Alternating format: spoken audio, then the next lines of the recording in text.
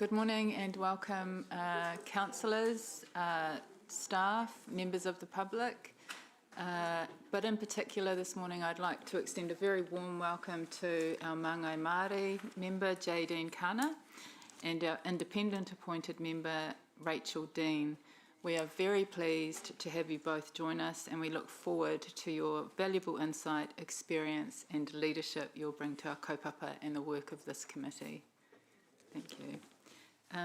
We'll start with our opening karakia.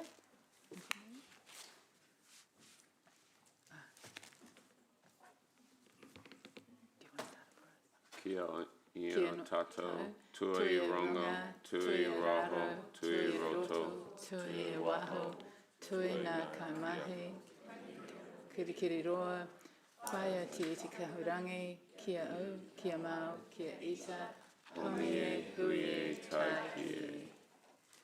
Thank you. Are there any apologies? What I have is Councillor Niha, full absence. Councillor Huata will be on, as a partial apology, she'll be online for the first hour. And are there any other apologies? No. Can I have someone move the apologies? Councillor Bidder and Councillor Pike seconding. Thank you. All in favour? Aye. Thank you. The motion was carried unanimously. Oh, thank you. Sorry, I didn't mean to step in there. Confirmation of the agenda. There are no changes to the agenda as it has been presented in the pack. So, can we have someone move the agenda, please? Councillor Mead, seconder. Councillor MacDonald. Oh, sorry. Sorry, Chair. I have to leave at about 1:15 for council business, but you'll be done by then, eh? Well, I know, I've just jinxed it. I apologise. No, that sounds like a challenge. We'll see. So we'll note partial apologies for Senior Councillor O'Leary. Any declaration? Oh, sorry. We. Yeah, I think we're going to move on a second. For what? The confirmation of agenda. Oh yes, confirmation of agenda. We had Councillor Mead moving, Councillor MacDonald seconding. All in favour? Aye. Anyone against? The motion was carried unanimously. Declarations of interest. Does anyone have any interest that they need to declare this morning? Do mine verbally so everybody knows what they are? I mean, I'm assuming they're on the register somewhere. Beg your pardon? Would you like me to do a verbal of my interests so that everybody's aware of what they are, because everyone else will be on a... Yes, please. You can do that. We'll note them. Right. So I'm the Independent Chair for Buller District Council, the Independent Chair for South Waikato District Council. I'm the Independent Deputy Chair and Independent Member for Dunedin City Council, and I'm also a board member and Chair of the Risk and Assurance for the SOE, the Real Estate Authority. And I'm a director of a very tiny little company that provides early childhood relievers to early childhood centres called SEE Services and Staff Limited. And I think that's about the lot.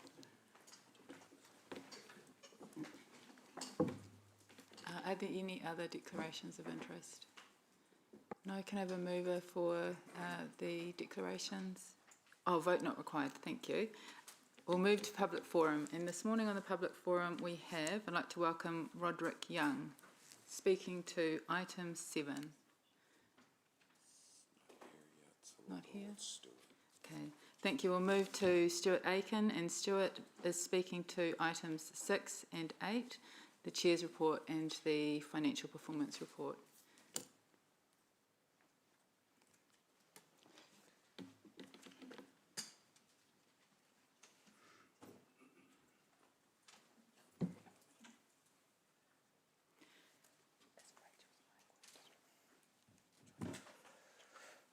Thanks, Rachel. Most of this is actually from Council Watch, if anyone follows the Facebook page, with a little addendum from me at the end. So this is pretty much about the financial position and performance for the year to date. Council's latest Finance and Assurance Committee executive summary opens with the astonishing claim that financial performance for the year to date for March 2026 continues in line with the results last year to reflect a positive performance against budget across key controllable net everyday operating costs. At face value, that sounds reassuring, but a closer look at the numbers tells a completely different story. The net everyday operating costs being referred to are not minor line items. They are the core costs of running council: personnel, operating and maintenance expenses, professional services, administration, property costs, interest and depreciation, all ultimately funded by ratepayers through rates, fees and charges. And compared with the same period last year, these costs are exploding. Personnel costs are up 10 million, a 10% increase. Operating and maintenance costs are up 9 million, 14% higher. Professional costs are up 3 million, a staggering 38% increase. Administration costs are up 3 million, an 11% higher. Interest costs are up 1.3 million, and that's another 4% increase. Yet despite these massive increases, management still claims council is demonstrating disciplined and cost-conscious decision-making with operating expenditure tracking below budget. The claim simply does not withstand scrutiny. Ratepayers are not interested whether council spends slightly less than an inflated forecast. They want to know why costs continue to surge year after year with no meaningful restraint. Even more concerning, is the apparent lack of urgency from council leadership. The chair of the Finance and Assurance Committee says what is top of mind is geopolitical uncertainty and the possibility of impacts on operating costs, supplier contracts and supply chain continuity. All fair. In other words, the expectation is that costs will continue to rise and there appears to be no credible strategic plan from the new council to reduce expenditure, improve efficiency or ease the burden on ratepayers. Instead of confronting the reality of increasing costs, council's leadership seems more focused on managing the narrative around them.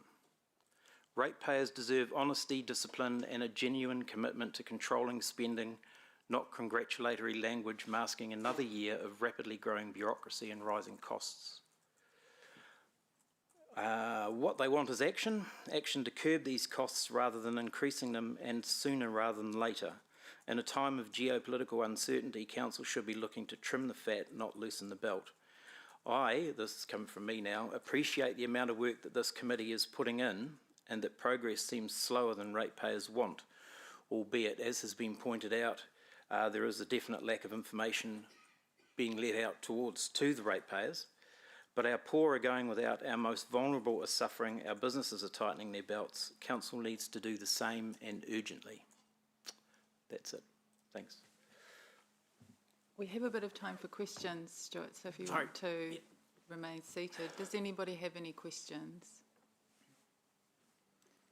Councillor Bitter. Thank you, Chair Rachel. Stuart, the comments from City Watch,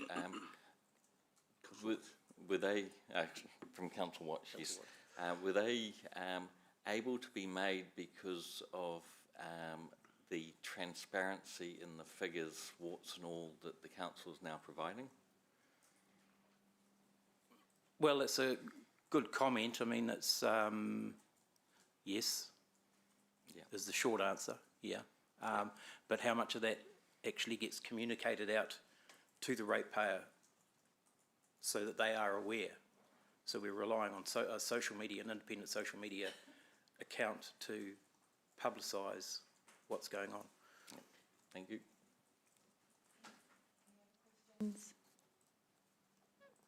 No, thank you.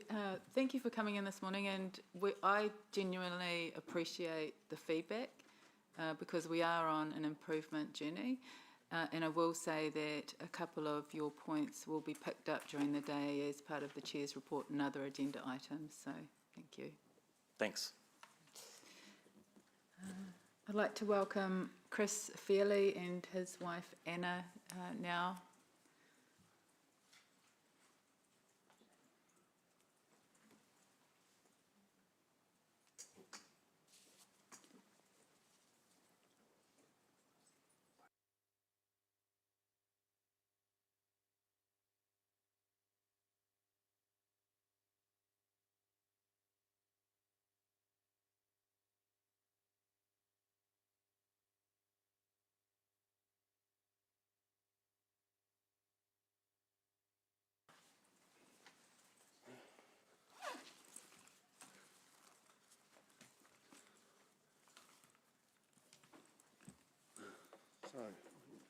Do you want to see if people can hear you?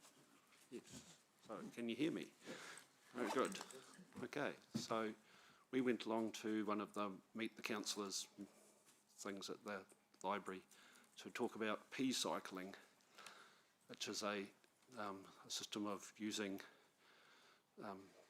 the urine as fertiliser, which is a strategic way of capturing it for use as fertiliser, which is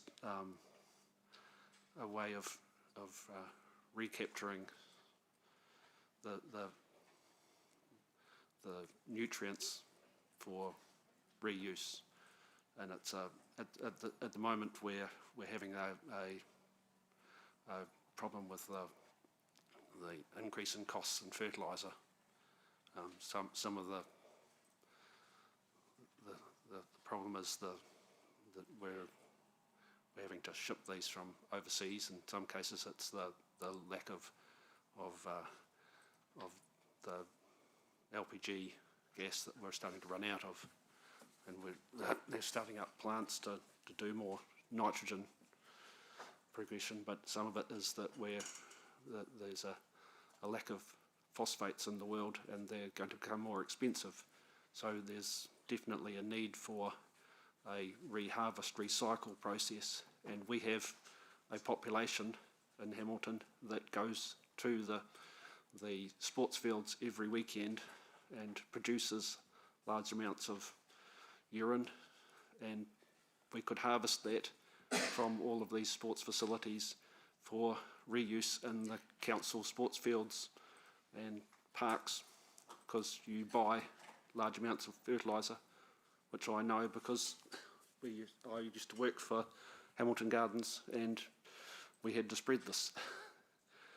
And this could be a cost-saving method for the council, but also could turn into a small business. It's done in places in Vermont and even in Martha's Vineyard, the famous high-class, high-expensive place, because they have trouble with the nutrient going into the bay and causing algal blooms. So there's a whole process for, this is not new technology. It's just not done here because fertiliser was cheap and easily accessible. There's just we have me and Anna were involved with the people who started Kaivolution, the food recovery process when it started up, and that's a big part of a resource recovery, because 40% of food is wasted, but equally the fertiliser is being wasted in the same way. So it would reduce costs, but also reduce fuel usage. It's Generate income. May generate income. Within a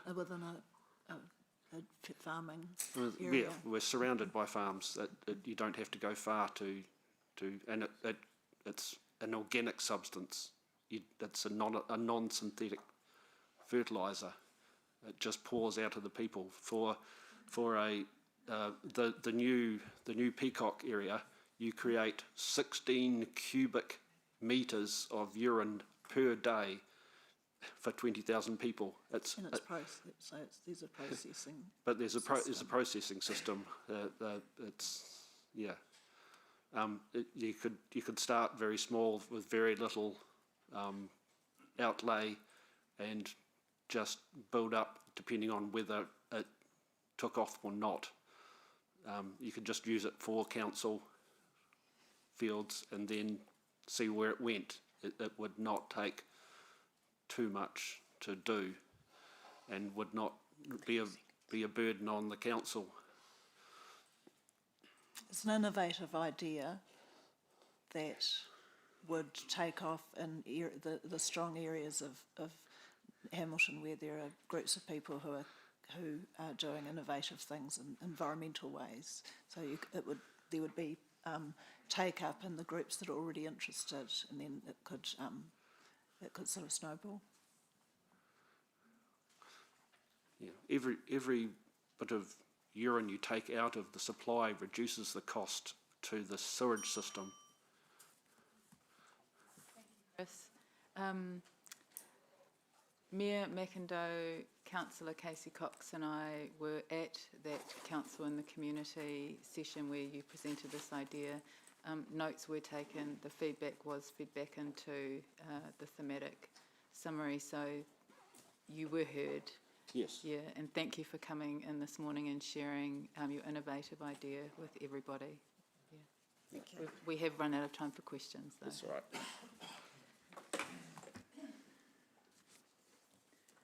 Is Roderick Young here yet? No? Okay, so I think we'll move on to the next agenda item, which is confirmation of committee meeting open minutes from the 26th of February. Yes. Madam Chair, may I raise a comment about the minutes before we Yes. put the resolution?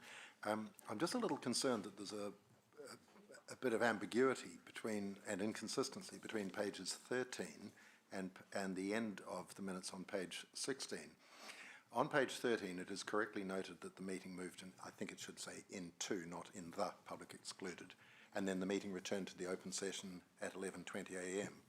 That is correct, but when you go to page 16, and I know this is a small point, but it could be inferred from somebody reading that we moved into public excluded at 10:47 and then remained in public excluded until 2:48 p.m, which would not be correct.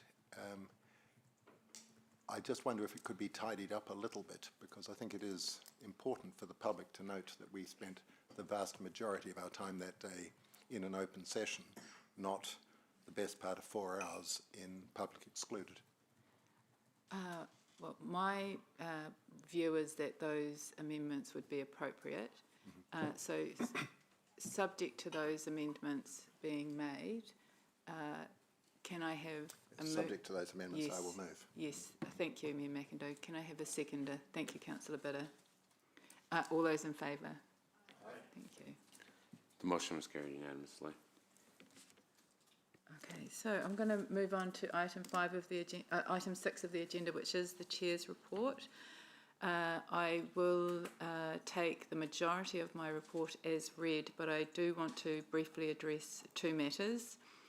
The first matter is there is a disconnect between a statement in my Chair's report about narrative commentary in the financial performance report as it pertains to year-to-date performance relative to the last financial year. This is an oversight, and this will be verbally addressed in item 8 of the agenda by staff. The second thing I want to address is the procurement maturity assessment debrief, and I'm pleased to report back on what has been a robust and constructive debrief process following the draft KPMG report, which understandably caused concern both in this chamber and beyond. This committee was clear that the debrief should focus on lessons learned and opportunities for improvement, feeding directly into the procurement improvements program that is already underway with strong direction from elected members, particularly Councillors Bitter and Mead, through the procurement subcommittee. Deputy Mayor Taylor, Senior Councillor O'Leary, Councillor Bitter and I undertook a robust process on this committee's behalf, and we are confident that there was no intent whatsoever to withhold information from elected members.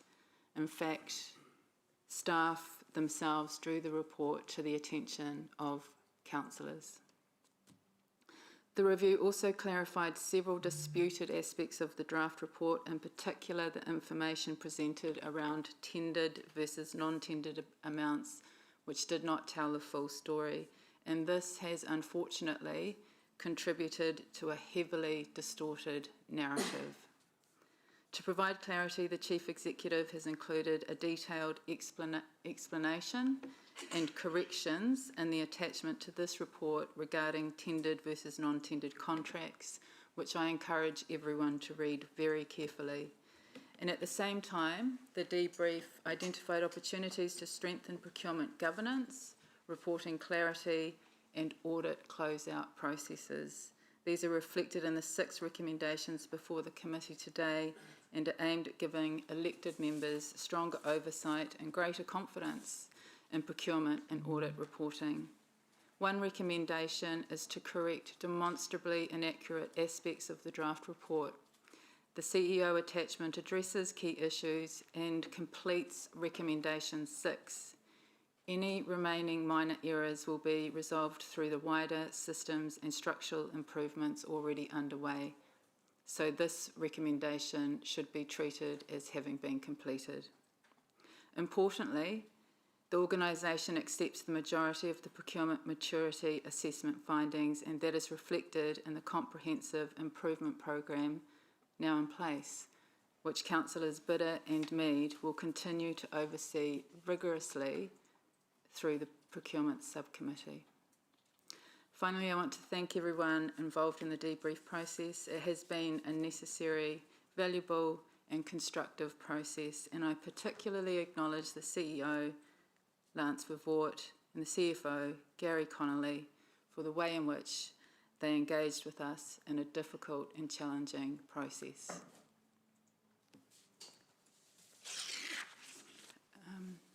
We'll move to questions now. And the first question, I'll ask the first question of the CFO, because I think there's one further clarification to be made. And that question is in relation to the figure of 239.1 million, which was alleged to have been the total sum of not tendered contract values. Having been through the exercise, are you able to provide any insight into what a corrected figure might look like? Absolutely, I can, to put a little bit of detail around it. Obviously, we start with the 239.1 that was indicated as 12% of the spend.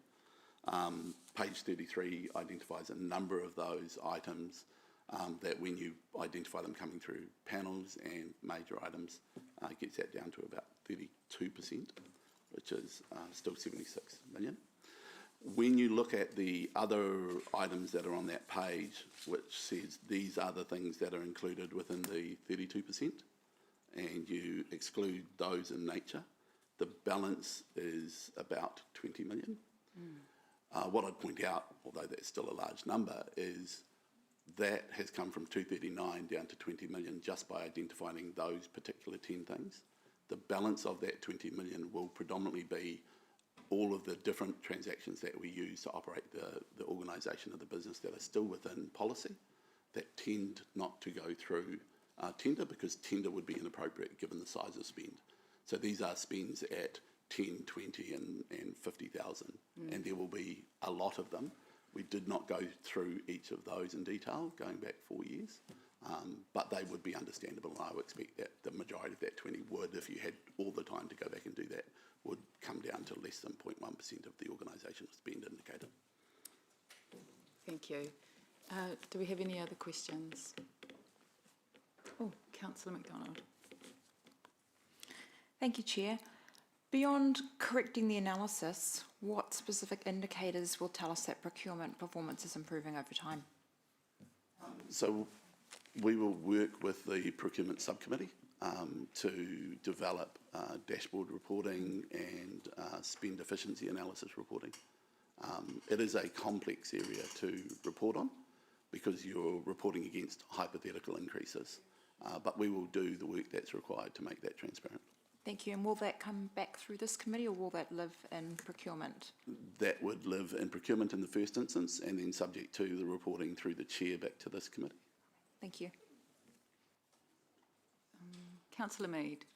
Thank you, Chair. A question, how did KPMG get this sort of wrong? Sort of not wrong, but this far away from where it should be? I would say, firstly, that this informal debrief process was not to assign blame. That was not the remit or the purpose of the process. But I'd also say that they didn't get it wrong, that they worked with the information that was provided to them, that some of that information was clunky and didn't tell the whole story. And unfortunately, the scope of the project didn't allow further work on the data to capture secondary procurement processes which are mandated by policy. And I think this is a learning for us all, hence the recommendation in relation to the closing out of audit processes. Thank you. Thank you. Councillor Thompson. Thank you, Chair. I think you've partly answered my question. It was just in regard to the once issues with that data had been identified. I'm just surprised that it wasn't, that a final report then proceeded to be finalised. The report proceeded to be finalised without fixing those issues, and was that simply there wasn't could the scope have been amended, or was there a reluctance from the consultants? I'm just trying to understand that a little bit better. Over to the CE. Well, that's why there was a summary report at a governance level that was reported to the Risk and Assurance Committee at the time. Yeah. And I didn't want to accept that full report because it had erroneous information in it. Yeah. And that's the reason why those other 4 pages weren't in that summary report. The reason being is that essentially KPMG felt that they had carried out the work that was necessary. I think a learning from us, and that we've discussed through this process, is it's better, we shouldn't leave draft reports hanging, to your point, and that we should actually make sure that if there is that sort of interpretation of data is not correct, that's given to a consultant, that we actually make sure we resource that they can actually correct it. So I think there's a learning for us and probably a learning for KPMG as well. Right, so it actually was just still in draft, that report. Correct, okay. And that's why when you got it in January, it had draft printed on it. Yeah. Okay. Thank you. Thank you. Councillor Liu. Thank you, Madam Chair. This is a question to Gary. From management perspective, what support do you need from elected members to ensure these procurement improvement programs successful? And what do you see as potential hindrance to the success of this program? It's a big question. So we will report back through the procurement subcommittee on the improvement plan delivery. We've already started that process, but I think the next report will start to point to what we think the real resources are to deliver. It's taken us a while to, remembering there's 35 different actions over a 3-year cycle on all 3 horizons, so we had to take the time to work out the main ones of those. So that reporting framework, that'll identify the resources. That'll be the opportunity for councillors to consider prioritising that work. Personally, I think there's 2 main kind of risks that we need to work through. One is just generally the nature of reform across central government. That is quite distracting, trying to prioritise that versus this. The second, that we are finding resourcing staff to help us support delivery of that is challenging. So finding the right staff with the right capabilities is definitely a challenge at the moment. Thank you. And if I could just add to the end to Councillor Leo's question, is the continuation of the procurement subcommittee elected members working constructively with staff. I think we've had a really good start, and I think working as a team together then and making sure we can get better transparency, better information for the public about what we're doing, and reporting on progress for both at a governance level and also at a management level. I think that's really important going forward, and I have to say everyone's been working really constructively together, so I think we're in good shape. Thank you. Manga Kana. So in some of the audit and risk committees or risk and assurance committees or different types of committees I've been part of, one of the standing items that we see often is material procurement that didn't align with the procurement policy, to give a sense to governors of what level of procurement is out there that didn't quite follow the process that, or the guardrails that had been put in place. And I'm not saying that that would be an issue here. I'm just saying that that could give a level of transparency to elected members where a process wasn't followed and preempt some of this kōrero. So Gary, my question to you is, in all of that, is that something that is being looked at as part of the procurement review? Absolutely. Thank you. Thank you. Independent Rachel. And just further to that, in addition to the report on variations to procurement policy, which is often for reasons like there was only one supplier, so you've got no one to go to tender with and things, it's also quite common to get a report of something like the top 10 largest procurements, as in name of the suppliers. I know that you're working on all of these things, but that would be, possibly that one in the variations report would be quite good if they came up to the committee sooner rather than later. Bearing in mind, you know, the comments about the work's got to be done and resourcing and all those kind of things. Is that reasonable from me? Yeah, just an observation. So we've had one procurement subcommittee so far, and clearly the improvement program talked to the need for us to improve data and reporting. So we are definitely on a path, and I think the reporting that you're describing, some of it was in the subcommittee in the first time around, but we're hoping that between that version and the next version, we will make, you know, progress on that. But definitely over time, more and more of that will be embedded within it.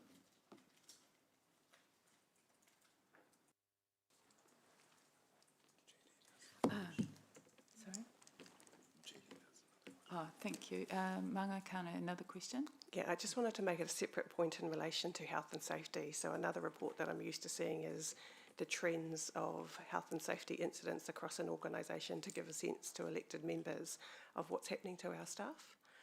And I recognise that we have a bit of a change in terms of the approach to reporting, but it's something that if the team could consider whether that could form part of a standing item in future agendas, more robust reporting in that space. Thanks. And the question is, sorry, that we could we consider it? Can we consider that? Yes, yes. And align, as well as aligning to the mayoral plan in terms of the approach for reporting? Yes. Thank you. And the answer is yes. There being no further questions, we will move to debate, and I am going to allow 3 minutes for debate this morning, and yeah. Thank you. Councillor Bidd is going to move the motion. Councillor Mead is seconding. Would you like to speak to you?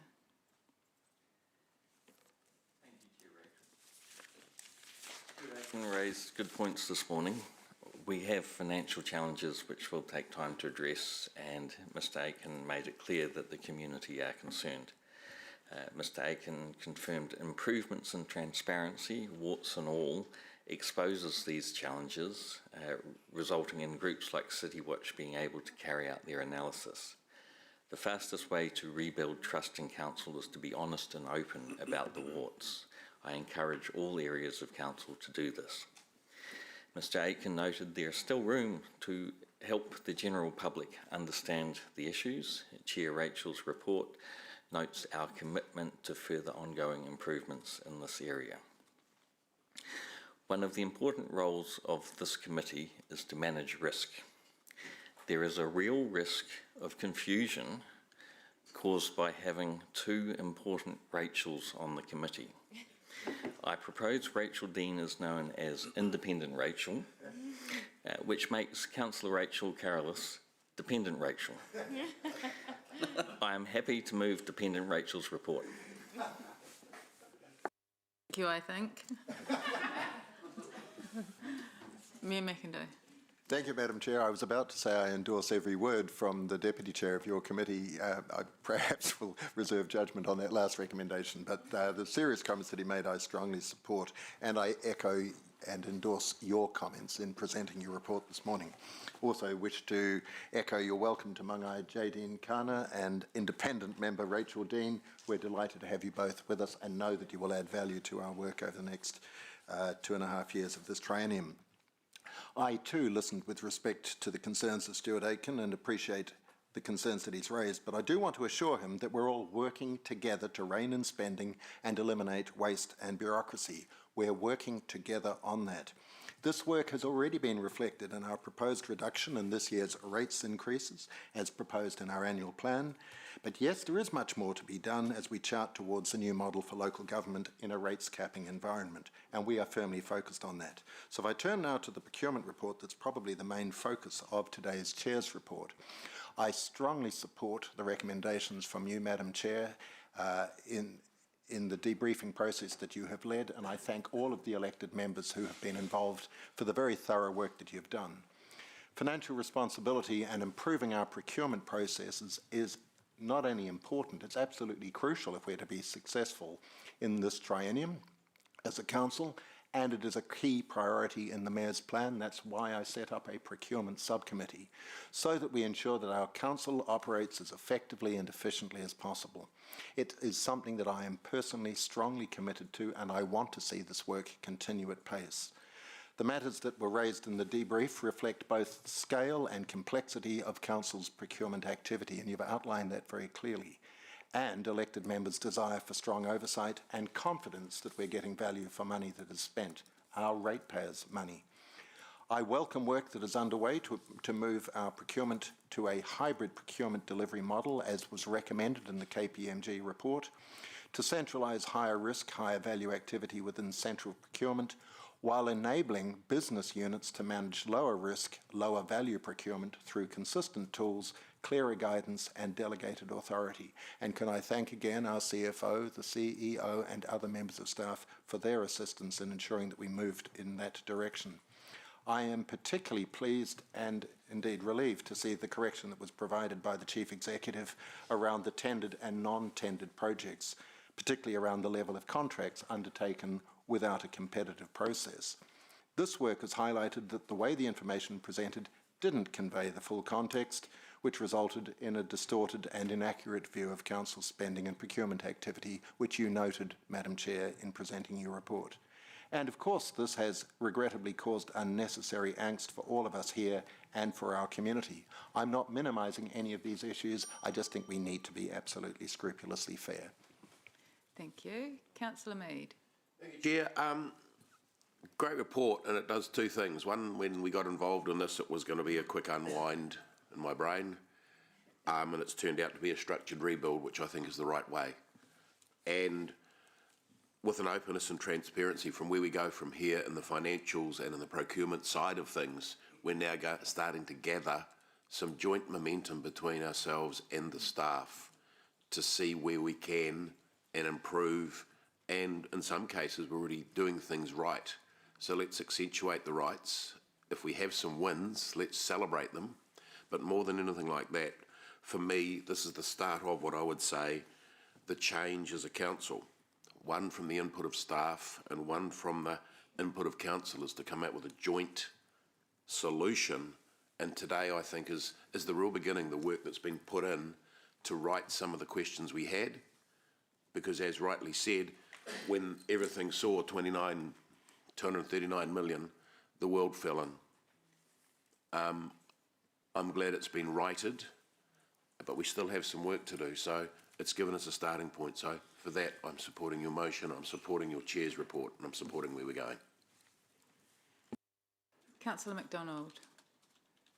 Chair, I appreciate seeing the issues clarified in the KPMG report.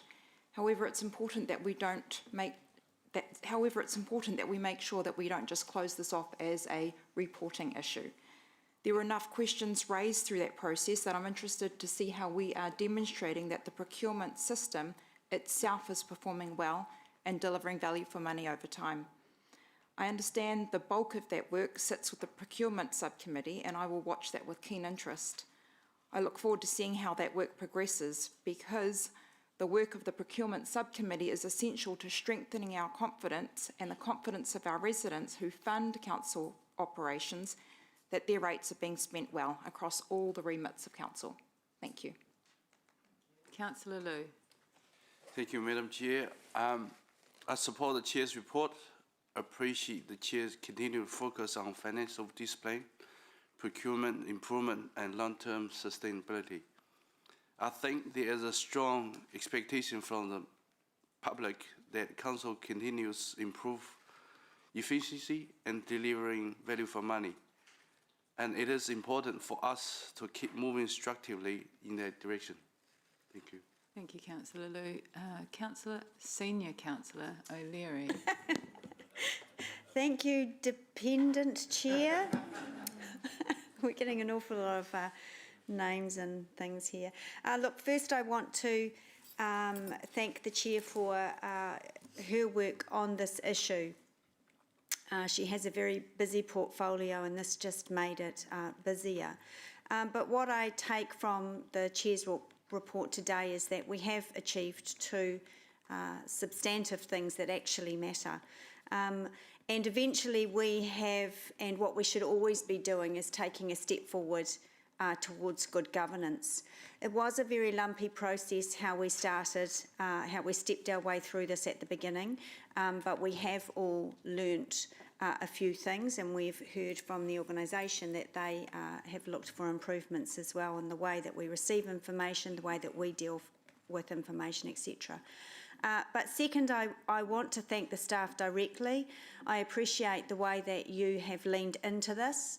It's not easy work to front up with messy context at the start, to correct information that's wrong while still keeping this organisation moving in what is a tumultuous and challenging environment. So that's really all I wanted to say. Thank you. Councillor Pike. Thank you, Dependent Rachel. I also welcome back Mangai Jading. I'm pleased to see you back in finance, and also Rachel for your contribution. You both hold impressive CVs, and I know you'll be fantastic additions to this committee. Chair, I commend the work that you, the procurement subcommittee and staff have led this process and the debrief and the way you've dealt with this workload. There's been significant public discussion around procurement, reporting processes and organisation transparency over recent months. This debrief is an important exercise, and it's allowed elected members and staff to properly review what occurred, where process improvements are needed, and importantly clarify inaccuracies that had contributed to a distorted narrative around council procurement activity. I endorse your comments that there was no deliberate withholding of information, but rather issues around reporting clarity and data quality and governance processes led to this. I welcome the recommendations around improving reporting discipline, strengthening procurement systems and improving integrity, because ultimately better governance is what protects our ratepayers. So I thank all those involved and look forward to an improved process moving forward. I'll support the motion. Thank you, Councillor Pike. Deputy Mayor Taylor. Thank you, Chair. And thank you for the report. I totally support the recommendations, and I thank you for the work that you're doing. Look, first, in terms of the KPMG report, I also am really pleased and relieved that we have an understanding on the issues of the tendered and non-tendered projects, and clarity on the competitive tendering processes. So the work, as has been said, has highlighted that the results we got basically were fundamentally and a result of what was fed into the process at the start. So that gives me real surety and relief. Nevertheless, the reporting has showed that there are major improvements needed in our procurement processes. And we have the tools in place to do that. The CFO, Gary Connolly, doing great work, and the procurement subcommittee. And this council is highly aware of its financial responsibilities, including the procurement process. The Mayor heard this message loud and clear when he campaigned. It's a key part of the Mayor's plan. We want better procurement and we welcome transparency. We welcome questions. The Chair's report highlights the fact that following direction from this committee in February, the Procurement Subcommittee has worked with management to ensure the implementation of a new procurement strategy and operating model occurs as quickly as possible. That work is happening, and obviously we want to see it proceed as quickly as possible. But a detailed program has now been presented, including clear sequencing, milestones and monitoring mechanisms. So it's in place, we just need to get the work done. And I'm really looking forward to this process continuing as quickly as we can so that we can continue to show obvious results for our ratepayers. Thank you. Thank you. We'll go to Councillor Moroney and then Councillor Huata. I do see your hand up there, and so you'll be after Councillor Moroney. Thank you. Oh, thank you, Chair Rachel. And I'll just say at the outset that I've done far too much work on women's rights to ever call you anything different than Chair Rachel. And I would really dislike if the other phrase that has been bandied around this chamber this morning took hold for that reason. But I do want to say that it is important when we are working seriously on implementing the results of a review like the KPMG report, that we do take the time to ensure that the context is correct and that the information is correct. And so actually amending the erroneous information is important because it's part of taking this very seriously. There would be a real risk if there was information that we as governors knew was incorrect in that report and that management and staff knew was incorrect and the report was not corrected because it may diminish the concentration on putting the recommendations in place. So for that reason, I'm very pleased to see that we have taken this seriously enough to make sure that we all agree on what the correct information is for the report so that there can be no questioning of the commitment to implementing all of the recommendations that arise from that report. And so for that reason, I welcome your report and will be supporting the resulting resolutions. Kia ora. Councillor Huata. As we head towards Whiro, which signals the new moon, it is an excellent time to restart, refresh and recalibrate. So I absolutely and wholeheartedly fully endorse the recommendations and motions of the Chair report. I also want to mihi to you, dependable Councillor and Chair of our Finance and Assurance Committee, Chair Rachel, alongside our General Manager, Gary, for working extremely well together to be able to sort out what we've needed to sort out. I'm going to make this really, really quick. I don't want to repeat what everybody else has said because I agree with what everyone else has said, except for the dependent part. Change that to dependable. But what I would like to echo is the tabling of the idea by Māngai Jadine Kana in terms of us also remembering that a part of this committee is the issue of risk, which also relates to health and safety for our staff. So while we are sorting out our house in terms of finance, we also need to keep an eye towards how we ensure that health and safety and risk across all our portfolios is tended to. Kia ora. Thank you. Councillor Thompson. Thank you. Thanks, Chair, firstly, for bringing these corrections to the committee. I think it's really important that it's that this is communicated because it sounded like a really large number in terms of contracts that may have, or spending that may not have gone through the right processes. Actually, that's not correct. That's really important that people within the committee, but also the public, know that processes are being followed in an appropriate way. But I also want to thank elected members for the work that they are doing on procurement. there is a lot of work underway, and staff are also putting a lot of effort into listening to our concerns around consultant spend, for example. We're hearing more and more examples of where staff are looking for opportunities to reduce reliance on consultants and bring functions in-house where it can save money. And I look forward to the work that Councillor Sue is doing with staff in regard to consultant use as well. Recently, Councillor Mesh and I met with Councillor Graham and Councillor Andrew around discussing opportunities for reducing costs in our transport program, opportunities to do things differently, to be innovative, to use different products, and we're really looking forward to progressing that work. So things in council do take time.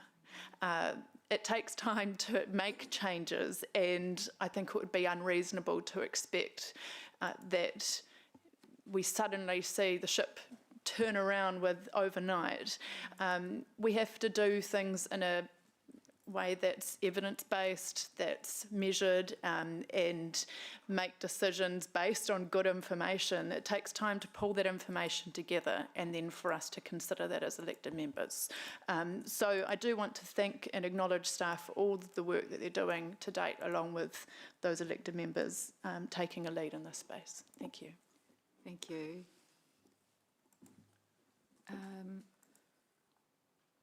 Rachel Dean.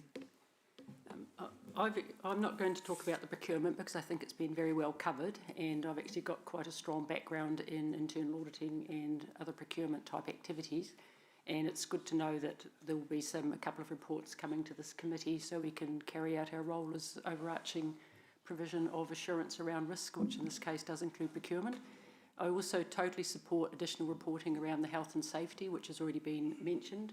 I like to see trends, and I also like to see what's happening at the low level, because that also shows you trends, and at the end of the day you don't want to only know when the volcano pops its top, you want to know about all the little manoeuvres as well. And I'd also like to comment on page 27, the risk workshop update. I'm really, really pleased to see, and I'm also a certified fraud examiner, so obviously I bang on a bit about fraud, particularly occupational fraud, when you're within an entity. I'm really pleased to see that fraud concern is actually in there as a risk, because it's surprising how difficult it is to get entities to actually acknowledge that fraud is a risk for them.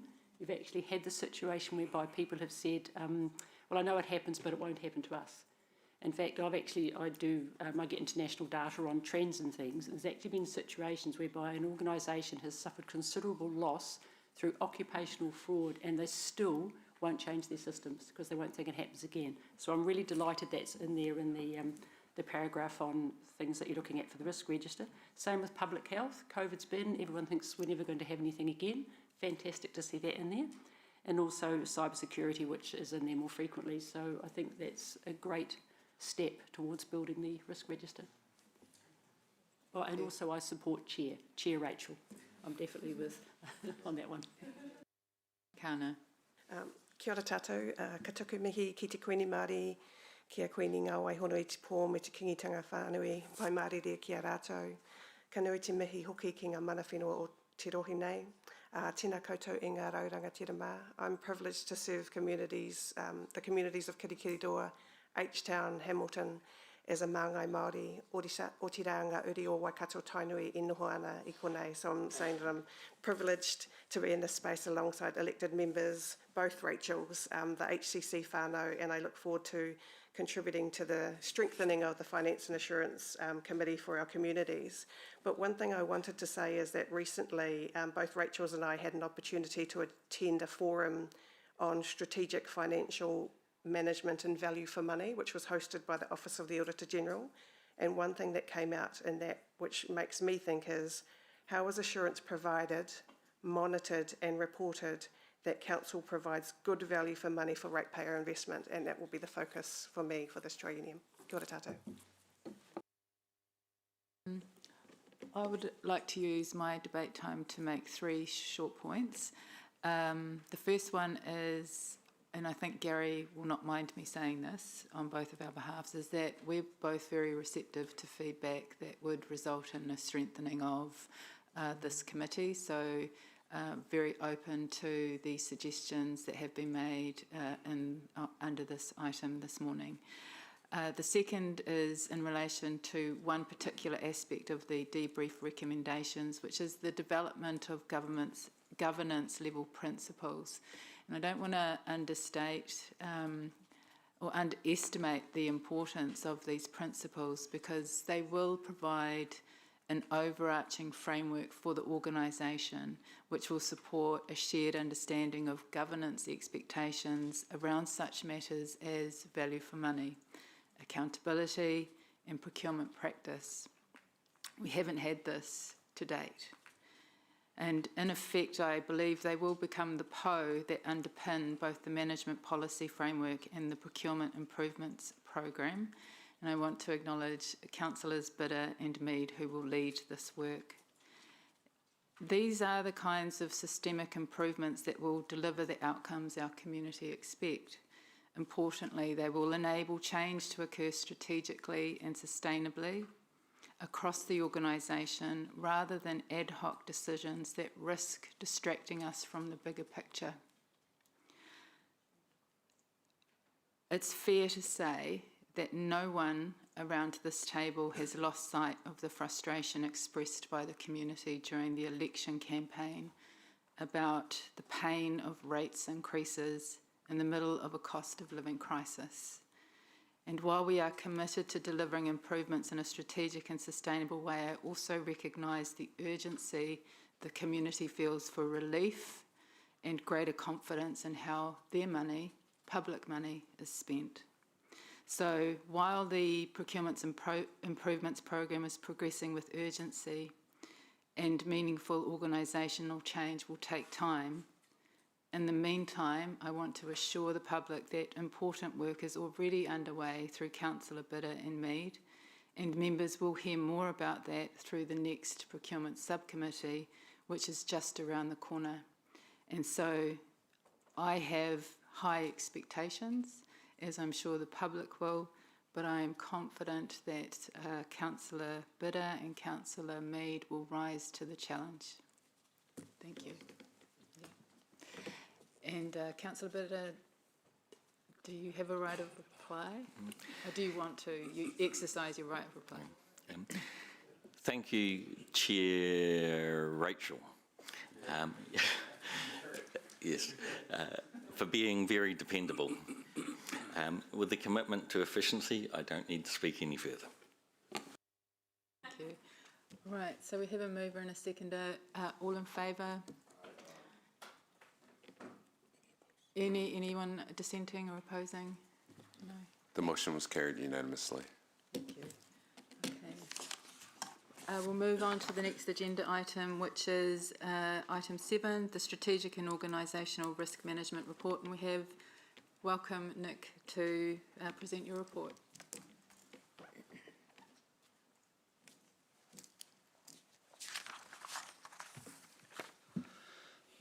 Kia ora, thank you, Chair.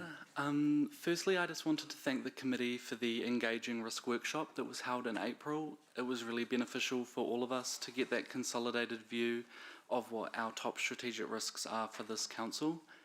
As discussed within the report, I will now work with our ELT and with management to progress those 10 risk themes into strategic risks. Once this first part of the process is completed, there will be additional opportunities for elected members to provide feedback and review of those risk details ahead of the September committee, where the register will be brought for approval.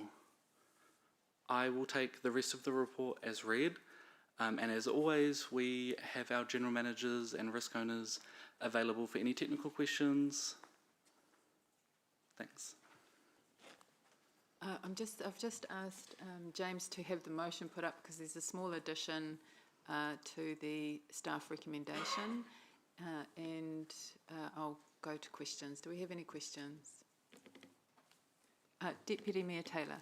Thank you, Chair. Yeah, just want to clarify that it's the themes that we are approving today. What is the status on the right of the box? You've got the strategic risks and the organisational risks. What is their status in this in what we're approving today? So that table under paragraph 22 was just for, I guess, some clarity to show how those 10 risk themes match against our existing strategic and organisational risks. They will inform the key risk themes and the final risks we get together. There is some good stuff in those risks, but they will not be the risks, if that makes sense. Okay. All right. Okay. Thank you. Councillor MacDonald. Thank you. Good morning, Nick. I have 3 questions. The first one relates to the workshop that we did, outlining the risks and brainstorming through those.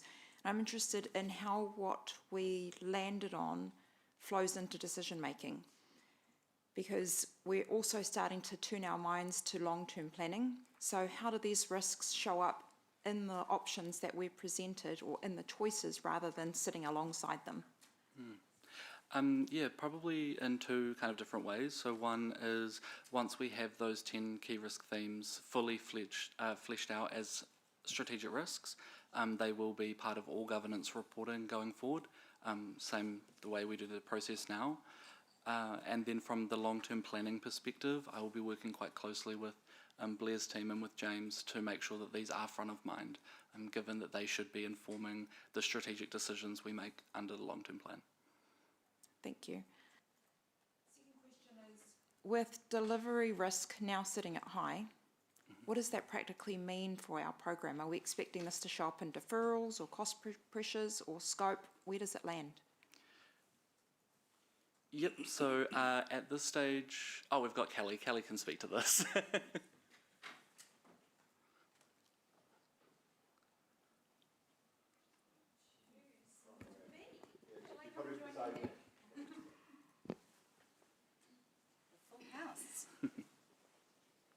Kia ora tātou, morena.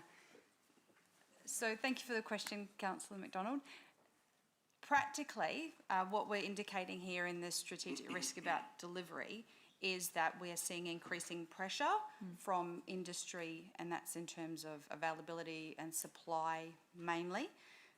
Some of that may result in deferrals. For example, if we cannot get something that we've ordered, we shift and rephase the project to when we can expect delivery.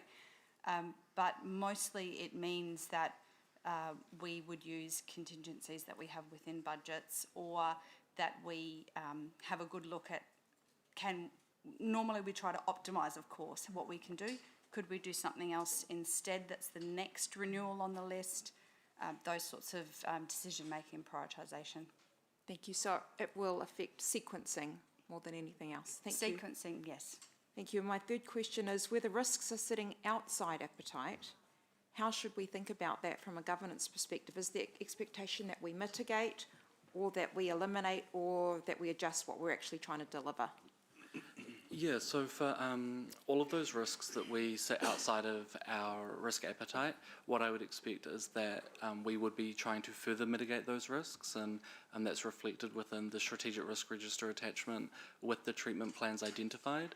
I think from a governor's perspective, my advice would be that where we are outside of appetite, that's where we should be focusing our attention, and your role as governors to challenge whether or not the treatment plans that have been identified actually match what we need to do to reduce that risk.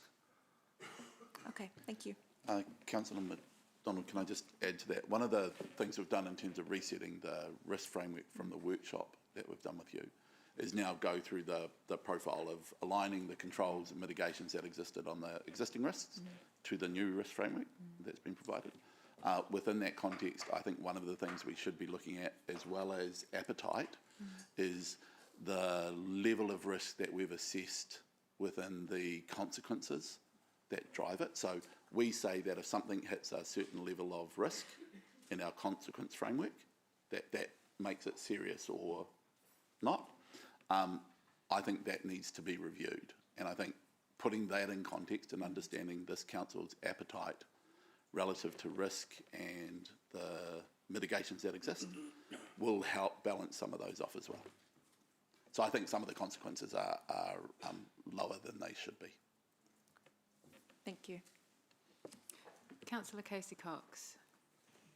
Thank you. I'm just interested in the insurance piece, so the overview that you've provided. And there's some discussion in there around the link between climate and ongoing insurability. I just have a question around what we're doing with our insurance collective and CoLab to basically assess the link between our resilience investment program and the ongoing affordability of insurance, not only for us, but also for our residents and businesses. So just a question about our work in that space. I'll speak to it through the chair. It's a very broad question. It is. Councillor Casey Cox. I suppose the important thing is it's great that we recognise climate as a strategic risk component. As an organisation, we're continuing to try to strengthen our understanding of our asset exposure relative to that risk. That helps inform, obviously, the LTP investment decisions. Our strategic approach is to bring that resilience into the asset management planning that we do, and obviously the work with yourselves as councillors to prioritise investment as we go through the LTP based on risk, which, pointing to Councillor McDonald's question around how do we tie risk back in, so that will be an aspect of it. With respect to insurance, we consider our program with CoLab to be a good way of engaging with the market, and it provides fairly good stability, operates within budget. In fact, we're getting procurement savings, I believe, significantly through that arrangement. But obviously the global market influences that to a certain extent, and we continue to monitor that on a regular basis, working not just with CoLab, but we engage with other large metros throughout the entire country to review how our insurance is aligning with theirs and lessons. I think it's really important to be clear that to a certain extent we can only control what we can control. So that investment kind of cycling piece, understanding the risk, choosing the investment. To a certain extent, some of the things you're asking about in terms of impact on insurance on ratepayers, we have some influence on that, but that is also influenced by central government and global insurance reaction to that process. So we need to focus on particularly the things I think we can control, and they will ultimately have some influence on those issues. Okay, thank you. A question around when exactly our climate risk assessment will be ready? Because I see it's coming, but I just wanted a time frame, I guess. Has anyone got that? I'll have to come back to you. I think it's this year, Councillor Anna. So. Okay. And just lastly, and I know it's a small issue, but in public forum, Chris and Anna presented what they saw as a response to some of these issues and looking to mitigate risk, I guess. Where would they take an idea like that, and could our economic development team help direct them?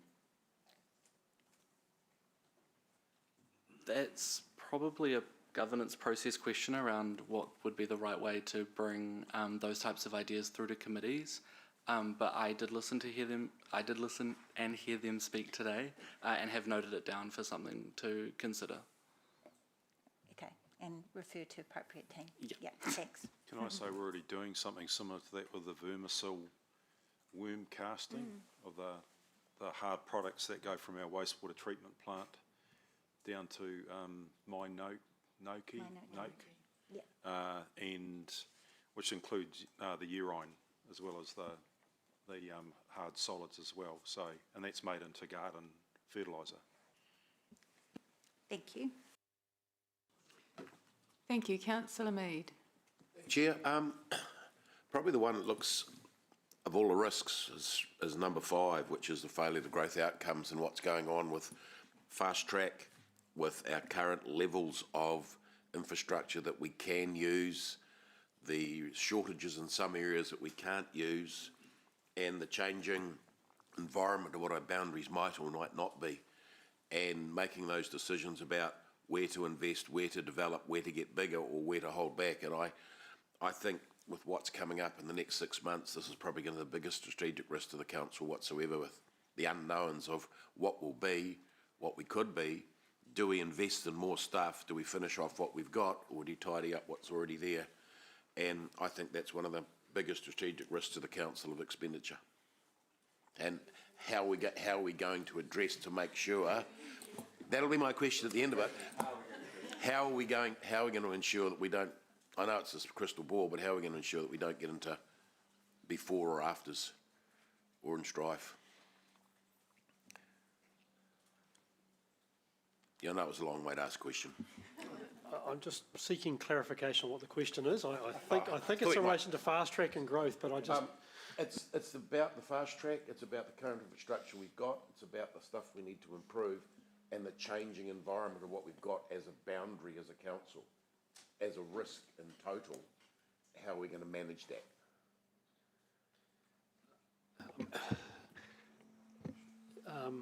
Look, I think, gosh, that is front of mind for my team on a daily basis, in terms of the government reform agenda, in terms of our long-term plan thinking, in terms of how we're approaching fast track, in terms of how we think about growth planning. So the risks that you speak to, Councillor, we are imminently thinking about in all of the advice and information we are bringing forward to you. We certainly want to make sure that we are, as a council, making the right decisions in an environment that you describe has got a number of variables in play. That's cool. And Councillor Mead? No, okay. Councillor Moroney. Thank you, Chair Rachel. I've just want to ask questions about a couple of different areas in this report. The first one is around what this report calls geopolitical developments in the Middle East, and the rest of us call a war in the Middle East. In particular, around paragraphs 36, 37, around that part of the report. The draft annual plan has been prepared using inflation figures that are this report now says is something roughly about 17 to 20% below what the current predictions are of inflation because of that evolving situation in the Middle East. So my question is, well, in fact, just before I get to my question, I just want to outline that the report says that the operating expenditure inflation assumption was 2.6%, and the capital assumption was 2.9%, and it's more now realistically around 3.5%. That's 17% to 20% differentiation for both ops and capital.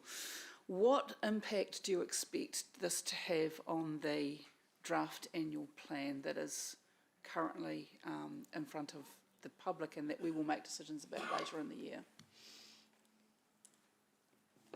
I think what we've tried to highlight through this reporting framework is the sensitivity of how much of a shift in those numbers would actually impact through into the numbers that are already in the draft plan. I think we continue to monitor not just that annual report in isolation. We are still operating our activities right now, and they will. The challenge for us is we could constantly try to update the annual plan for everything that we know as of today and tomorrow. I'm not suggesting this is not a minimal thing that shouldn't be considered within that annual plan. I think the choice will be for councillors to consider the acceptance of the assumption, the impact of accepting a higher assumption, and any recommendations about how we would react to that within the annual plan. As CFO at the moment, my consideration would probably be to look at the performance that we're currently delivering coming in under our operating spend and see whether some of that, which continues to improve month on month, whether that can be utilised to offset the risk of any inflation increase.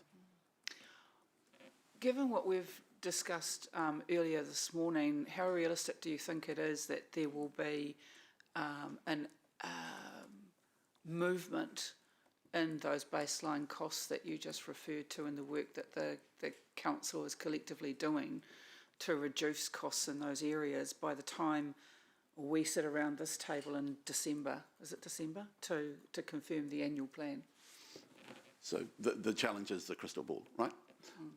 So we know logically that there will be inflation pressures. The degree and extent to those are currently being estimated, they're not certain. So there's always a level of uncertainty to our assumptions.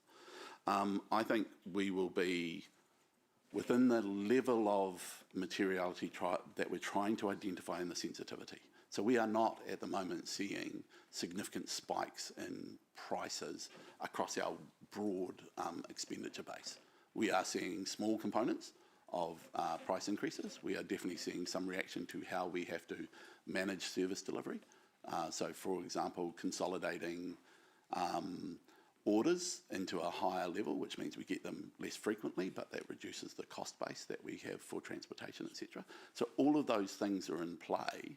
I currently believe that by the time we get to the annual plan, based on what we know and what we know is happening with our underlying performance, that I would probably be recommending, as of right now, if we did the annual plan today, I would be recommending acknowledging the likelihood of an inflation increase, while recognising that there are continuing savings and performance benefits in the organisation that seem to be at a scale to absorb those. If that inflation comes in higher for longer, for whatever reasons, including significant increase in that crisis, then obviously that completely changes the game. But I do currently feel that the underlying outcome, particularly the 6.9% rates increase, can be delivered while absorbing this level of risk that we currently see. Thank you for preempting my next question and answering it, voluntarily answering it yourself. Thank you. My last question is on the health and safety report. I'm not sure who to direct that to. But I note that of the notifiable incidents that 6 out of the 7 relate to staff of contractors, and 1 out of the 7 is a direct employee of the Hamilton City Council. So my question is whether this is a trend that we would normally see on notifiable incidents, and if so, what other mitigating steps? Does it tell us something about some additional work we need to do with contractors in this space? It's Marie Snowball, Health and Safety Manager. Excuse me. What you're seeing is quite normal in terms of WorkSafe notifiables, and in the contractor space particularly, because we contract out the majority of our infrastructure work across the organisation. Service strikes are common. For us, it's good to see that they are reported. That's a great thing.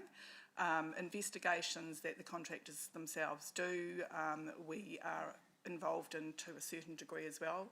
There's a lot of abnormalities, I guess, within the infrastructure in the ground within Hamilton. We're a growing city, fast.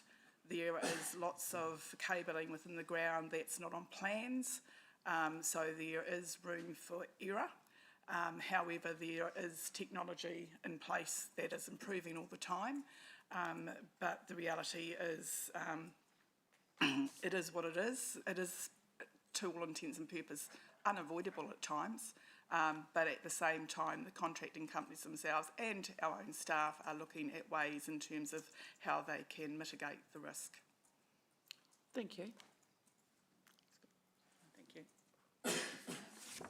Up the front here, I have a health and safety related question, so I might, if you don't mind, Councillor Pike, jump in here.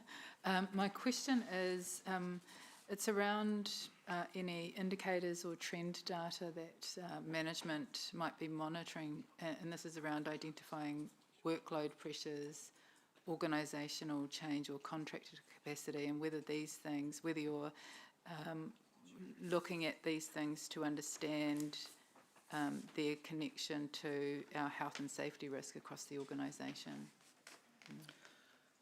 Thank you, Chair. We have an incident management system called Eco Portal, ORA as we know it, where we report all our events that happen across the organisation from an employee perspective and those serious events by contractors. We haven't seen any trends or events occur simply as a result of workload pressure. So I can confirm that to you. We report on a monthly basis through to ELT, by the way, with all our stats and data with regards to those events that are occurring. What we do have in our incident management system, because we have identified mental health as one of our critical risks, we've done a lot of work in the last 2 to 3 years around our critical risks. And have some really good controls in place to assist there. So as a critical risk, we have implemented into our incident management system sensitive reporting, because if we're going to identify a critical risk, we need to be able to report on it. That's an avenue for our people to go in if they feel that workload is an issue and there hasn't been a particular event as a result of. And that enables my team to triage that to the right support. Typically with the person's consent, it's normally through to HR. So that's a good way of us being able to measure. In terms of support for our people, if they are under pressure because of workload or feel they are, we have the typical EAP. We get monthly stats and data on that. You must appreciate it's confidential, but it definitely highlights trends, themes and numbers. Now that's something going forward that we could share with the committee because there are no names involved. We also have on-site vitae support across probably at this stage about 14 of our sites. That's another avenue for people to be, talking. We have, of course, our health and safety business partners and our HR business partners out in the business, so another avenue for people to talk to. And of course, their people leader is a crucial part. So there's lots of support there for them, but in terms of trends, we can't show you that at the moment. Thank you, Maria. And sorry, I didn't catch your name. Kia ora, I'm Lana. Lana, thank you. Does anyone else have any health and safety questions while Maria and Lana are up here? Thank you. Now we'll move to Councillor Pike. Oh, sorry, Rachel Dean. I wasn't sure if that was introducing, never mind. Yeah. I wonder if you could just, I'll put a heavy industry background on here, and we did have some health and safety involvement, and I was trained in tree trunk investigations and things like that. And obviously when you've got a large building, you know where all the bits and bobs are, and the biggest problem is people taking guards off machines in a lot of ways. So I do appreciate that you don't know where the electrical bits are and there's old infrastructure and things, but you mentioned that things are being done to improve the ability to track all those potential unknown electrical, et cetera, I just wondered if you could expand a wee bit more on what is able to be done to reduce the incidents that, occur because of unknown cables. So I'm not an expert in this area myself. I'll get Lana to perhaps chip in if she can, but what I do know is we're relying on plans of what's in the ground. Some of those plans are quite outdated at times. They have a technique called potholing, where they determine where the cables are in the ground before they start work. What I have recently been told is there is always new technology that is coming out to help them identify that infrastructure in the ground. Is there anything that's probably about it at this stage? Okay, thank you. Yes. I'm just going to jump in with the quick health and safety one. So Marie, thank you for your update. You mentioned before about the critical risk being reported through to the ELT, and that takes the ELT through the hierarchy of controls that are utilised. Okay, thank you very much for that confirmation. Yes, so we've actually got our bow ties for the 13 critical risks put up on our tahi, available for all staff and management to actually have a look at in terms of the controls that are in place to mitigate an event happening. They are actually referred to if there is a serious event. We use that in the investigation process. Goodbye. Thank you. Thank you, Maria. Thank you, Lana. And now we'll go to Councillor Pike. Thank you for your patience. Very patient. Right. This is perhaps a question for Calvin. In terms of strategic risk 1, I was just a bit concerned about point 88 and 89 and how this could be interpreted by some in regards to the risk of readiness fatigue. I noted in the lead up to Cyclone Vianu that the supermarket shelves were basically empty of water supplies. Does this not reflect the level of our community unpreparedness? And do we have any data that indicates if Hamiltonians are currently prepared? We have data that, good morning everyone, firstly. We surveyed the community when we started at the start of this LTP term to give us a base point of where the community were sitting at in terms of their understanding of readiness. And we've used the same testing that's done by the National Emergency Management Agency, which gave us an ability to actually correlate our results against those of the national trend for the rest of the country. And it simply says we are underprepared. That, I'm pleased I wrote this down before I came. Sorry, I've had you. 56% of our community, our respondents, reported that they were not prepared or were not well prepared. And that 42% of the people who responded said they had little or no knowledge of how to prepare or to understand what their hazards are in the city. So that's been the focus for us significantly, with a number of ongoing media campaigns, with our attendance at everything from Your Neighbourhood Days to working in the community and working on community resilience. There is no quick fix to that, and it will be a long-term and an enduring thing, in my view, in order to get an increase in the community. And I keep saying that, and I look at the elected members when I say this again, it's everyone's responsibility to be able to share the messaging with every time we have an engagement as an opportunity to at least start a conversation about preparedness and readiness. Thank you. Yeah, I acknowledge we are all civil defence. How are we currently resourced to support this community preparedness, and do you know how this compares nationally, or are we able to find that out?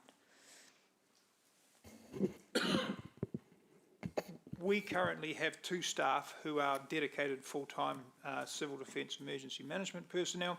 Obviously, when we have an activation, we have the rest of the organisation who comes in, but if we're looking at it in terms of permanency, we have 2 staff. At our last check, we probably had the lowest number of staff across any of the top 6 or 6 largest cities in the country, and whether that was by raw numbers or whether it was by 10,000 per 10,000 head of population. Thank you. Thank you. Councillor Thompson. I'm gone now. Oh, we're gone. Maunga Kana. My question's for Nick in relation to strategic risk number 1, which sits on, I think, page 56 of Diligent. But I'll start with my question first, which is, can this be considered as part of the next risk workshop? And so when I look at this, it is difficult for me to understand which of the controls that sit there being 22 of them, which are the ones that are critical to mitigate that risk, and what can be traded off in terms of utilisation of spend elsewhere.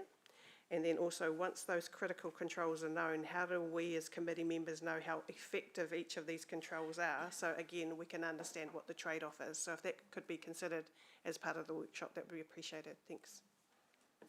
Yeah, short answer, yes. We will include this, and looking at it across all of our risks as well, not just one of our risks. Kia ora. Thank you. Ms Dan. The one was just a very quick observation to see good old NZTA delays in there. I've seen NZTA delays, changes, etc., in so many reports. I would actually be personally interested to do an internal audit to find out how much the cost of NZTA delays has been. That's a merely observation, across the country. Question to keep things in observations to debate time. Okay. That would be helpful. Thank you. Will do. Thank you. Thank you. Does anyone? Oh, sorry, I do have a question though. Para 120, which refers to the different duty settings for small PCBUs, etc., and we all know what that's all about. I just wondered if any consideration has been given to the possibility of, because what the small PCBUs now have to do, there will be a transfer of risk to those with deeper pockets, which could well be local bodies. Now, this has actually come up already in a different environment, but I just wondered if, as part of looking at our risks, you know, that's if people are going to sue or whatever, and they're going to go somewhere, and this no longer comes under the PCBU's responsibility, then we know how it tends to work. They tend to go out and then out and then out. So it might be something to, if it's not already in the, is that already being considered as a new potential risk to council? I don't have that information on hand, but what I will do is have a look and work with the relevant teams to see whether or not that has already been captured through existing thinking. Cool, thank you. Thank you. There being no other questions, we can move to debate. Oh, sorry. Can I have someone move the motion, please? Councillor Bidder and a seconder. Councillor Liu, thank you.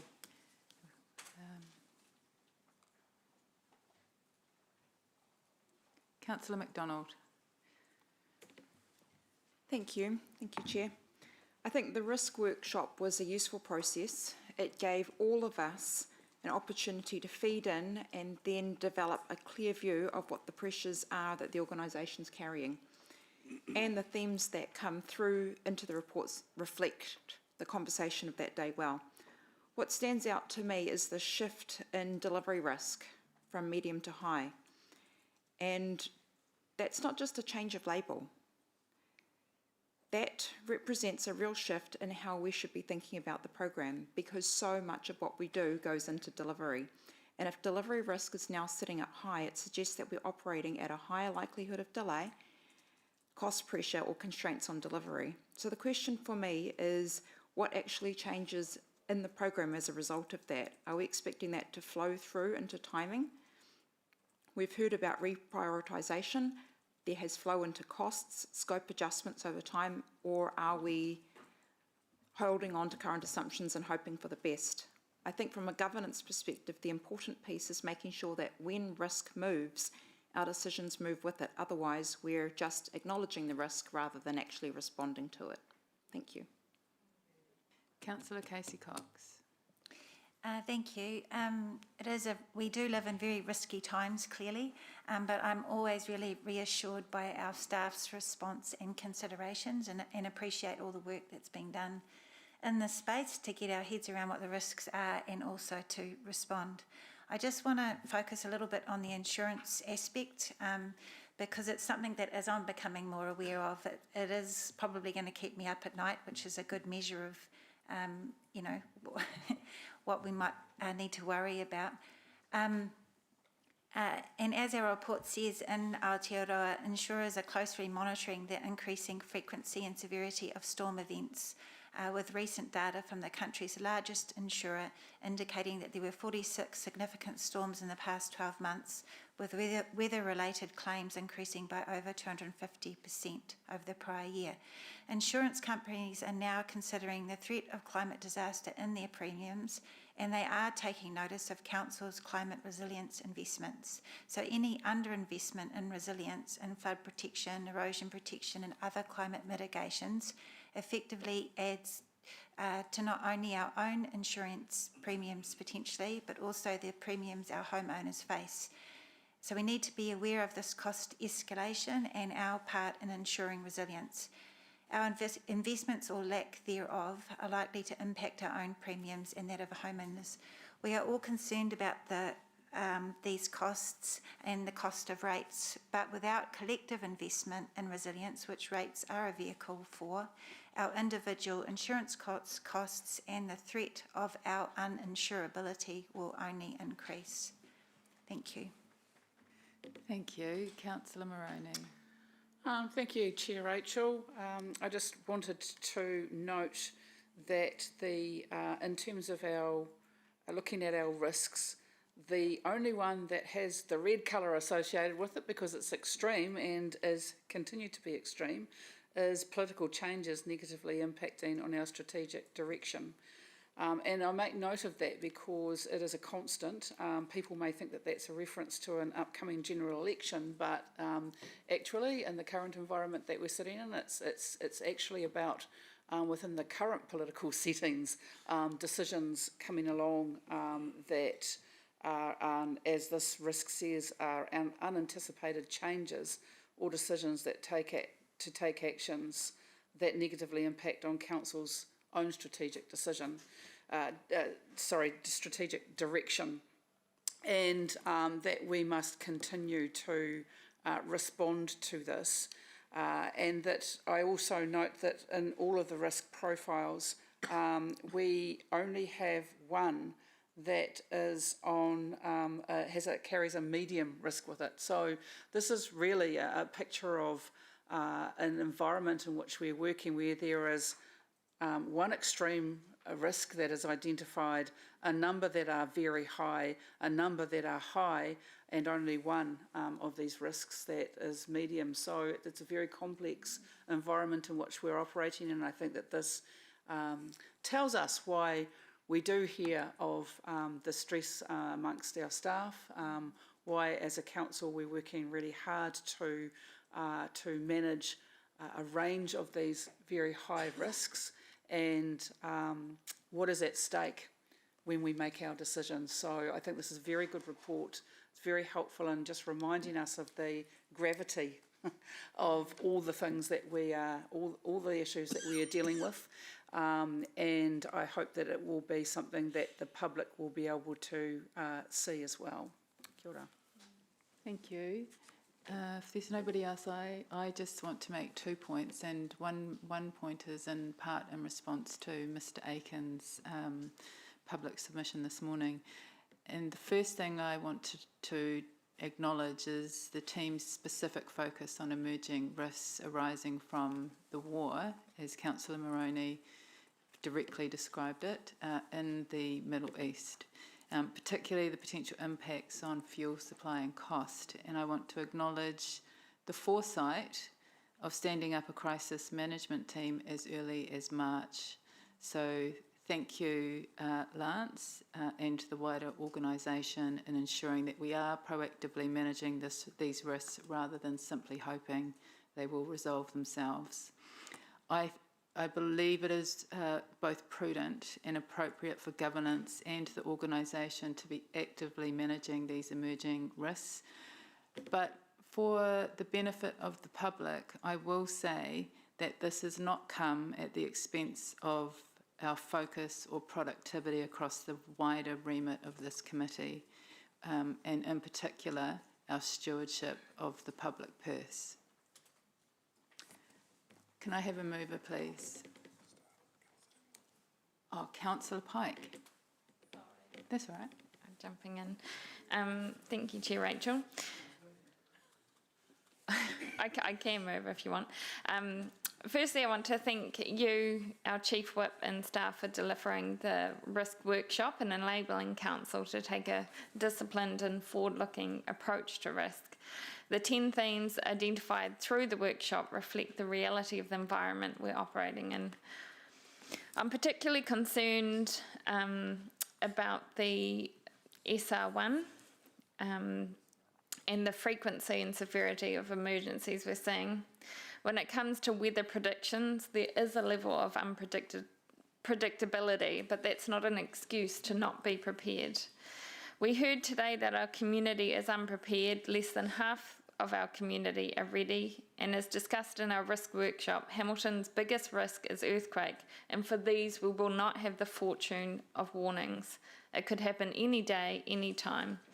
Senior Councillor O'Leary also noted that day how Christchurch had a similar workshop noting earthquakes as a risk not long before the 11th of February earthquake.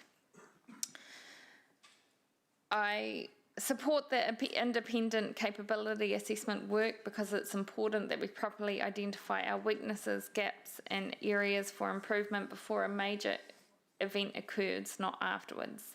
Independent review helps give credibility, transparency and ensure we're not marking our own homework. We also heard from staff today that we're not as well resourced as other councils, a reflection perhaps of our own apathy in this space previously, and something I will be asking council to consider in our LTP discussions. Overall, approving these risk themes and creating a refreshed risk register is about ensuring how council remains proactive rather than reactive. It is protecting essential services, maintaining public confidence, and ensuring we continue to deliver for our community. I'm supporting the recommendation. Thank you. Thank you. We actually have a mover and a seconder, which was Councillor Bitter and Councillor Liu, so we'll go straight to the vote. All in favour? Anyone dissenting or objecting? No. The motion was carried unanimously. Excellent.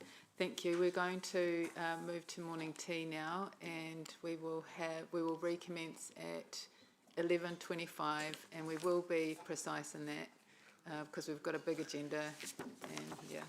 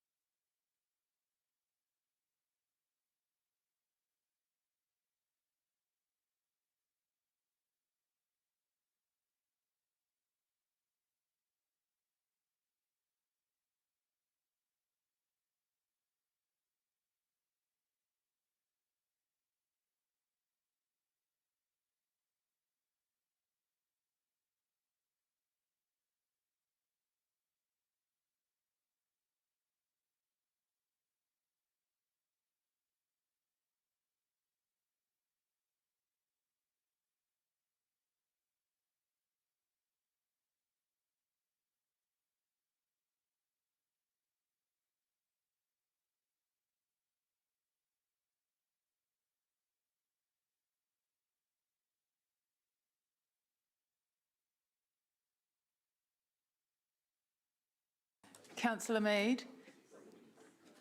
Councillor Mead, if you sit down, we have a quorum and we can recommence.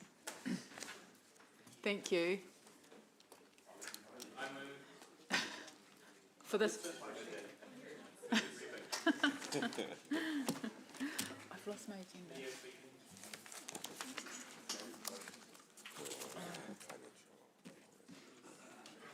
Okay, we're going to move on to the agenda item number 8, the financial performance report. Can I welcome Megan to come and speak to her report? And also, Megan, you will have heard this morning the indication to the public that you would be speaking to our performance year to date as against the last financial year performance. So this is your opportunity to do that. Thank you. Thank you, Chair. Good morning, everyone. So my name is Megan. I am the Interim Accounting Manager, stepping in for Sarah Vass, so I've got some big shoes to fill, so please bear with me as I present through. So this report presents our financial performance for Council's third quarter, so that's been year to March 2026, against our 25-26 annual plan and our LTP as amended. Our year-to-date position shows that net everyday costs remain favourable to budget by $18.9 million. This has been achieved through $6.5 million higher than budgeted revenue and direct expenses, or coming in under budget by $11.4 million.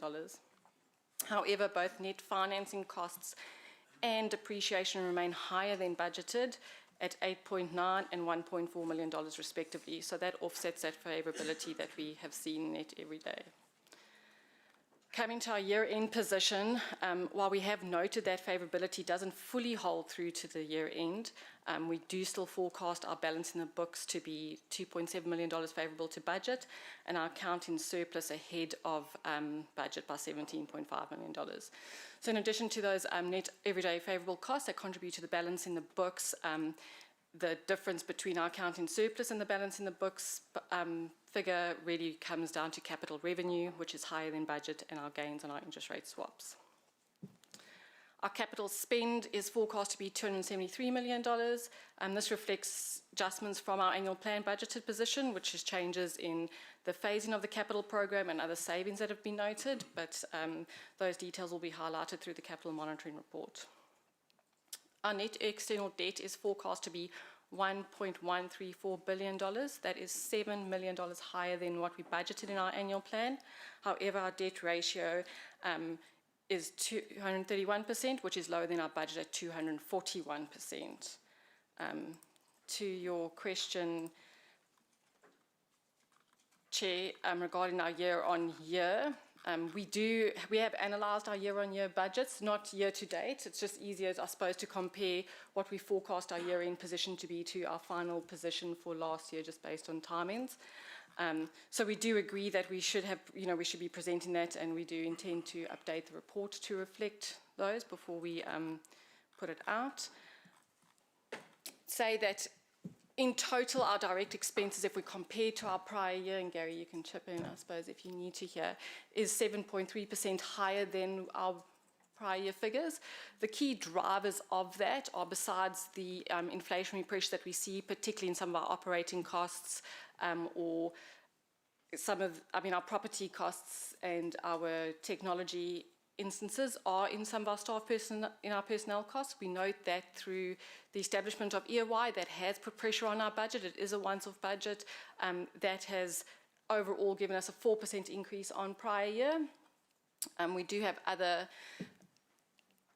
costs that, well, in our current year, our vacancy factor isn't as high as it was in Q1 of our prior year, which leads to higher personnel costs.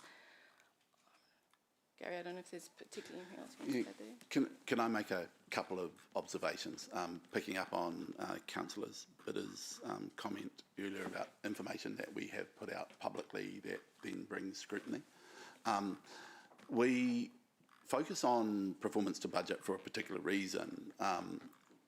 especially given the nature of the type of activity that council does. Like in certain commercial entities, I would put a lot more focus on year. Monitoring costs that trend over time, absolutely important, don't want to diminish that at all. Normally the place that you focus on your year movement is during your planning cycles, so annual plan. So a lot of the things that Megan will have just described, so for example, when we did the annual plan, we weren't aware of it, but in comparison to the prior year, if we were aware of it, we would have indicated that there is at least 7.5 million worth of expenditure in that increase in cost year, which is specifically to set up EOI. It is not a year underlying cost increase, it is a specific cost. What is not picked up in the commentary we heard this morning is that cost is to be transferred to EOI as agreed. The revenue to transfer that cost is up in the revenue line. So our revenue is also up to reflect it. So it's actually not an underlying cost pressure. But the takeaway for us is let's continue to focus on having commentary go out. Let's make sure these things are obvious as where we are. I think we will take away some learning about how we present particularly our annual plan and how that discussion around what is driving cost at an annual plan level is more transparent as well.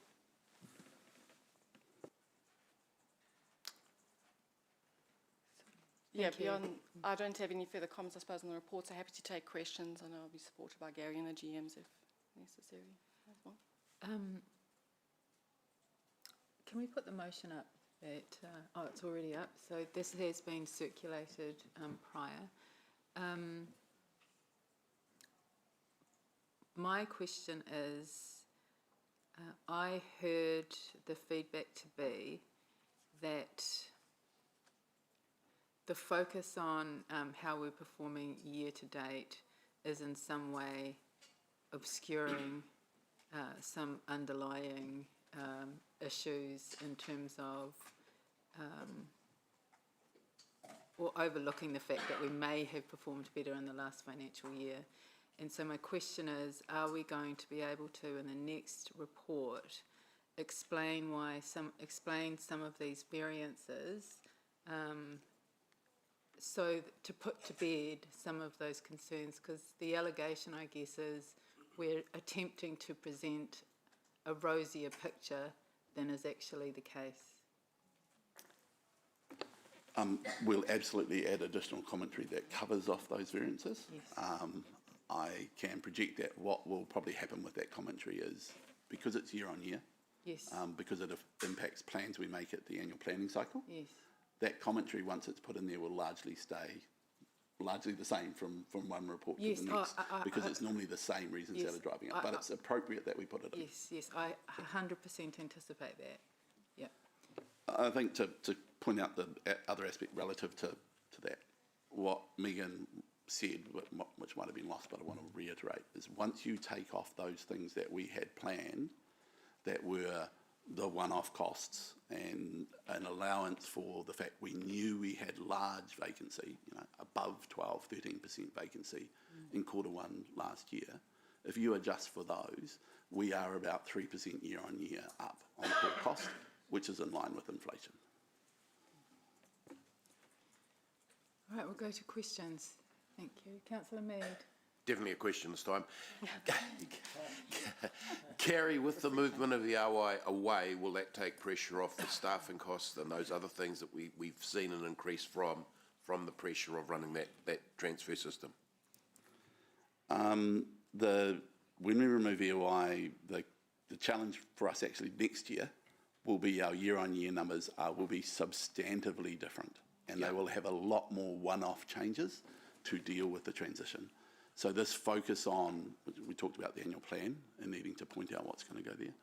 This focus on that variance will be challenging for the next 12 to 18 months as we decouple Hamilton City Council and EOI's financial reporting.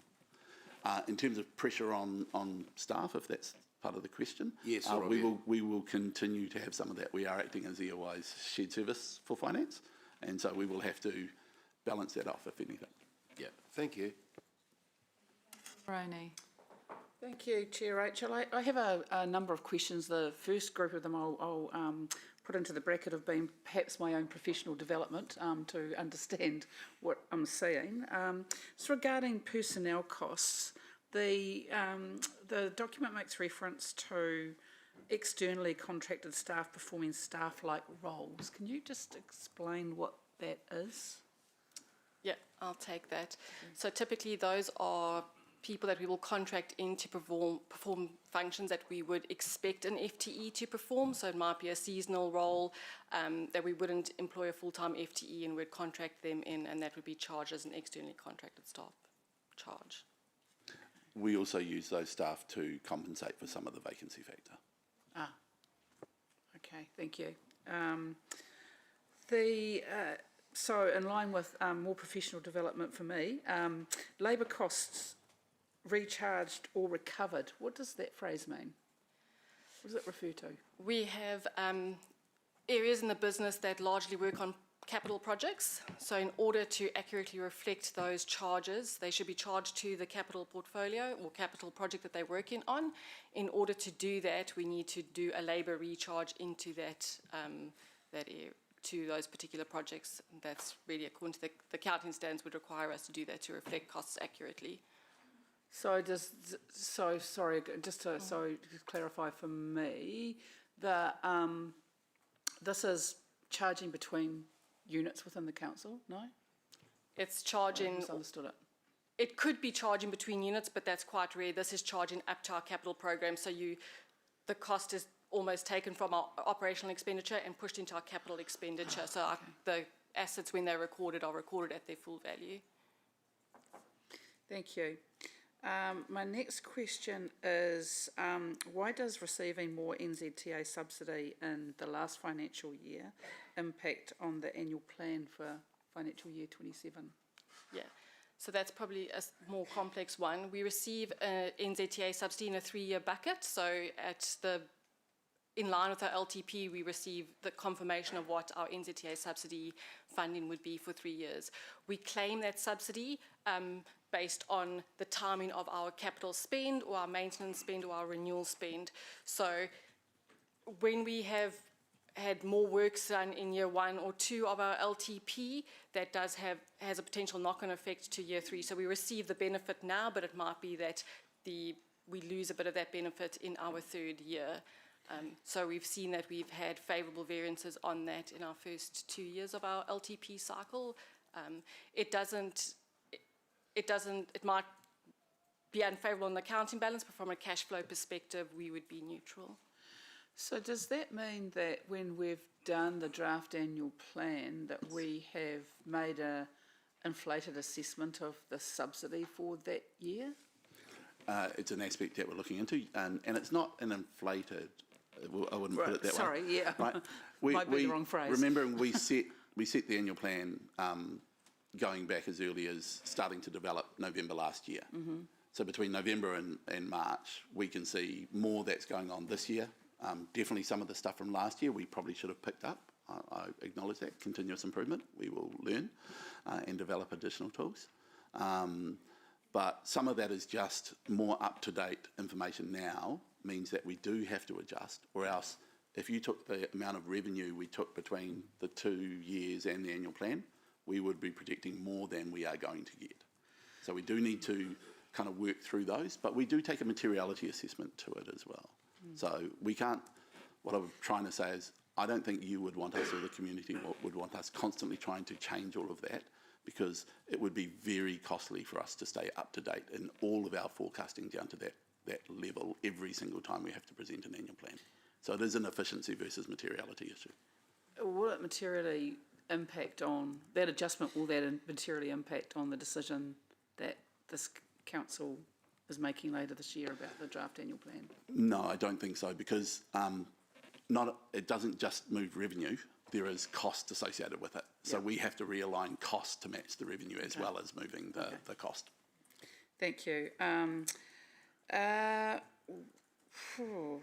I think those are all. Oh no, sorry, one more question. My final question is, why was the total surplus for the year that you're reporting on budgeted to be significantly lower than the forecast of the surplus for the same year under the long-term plan?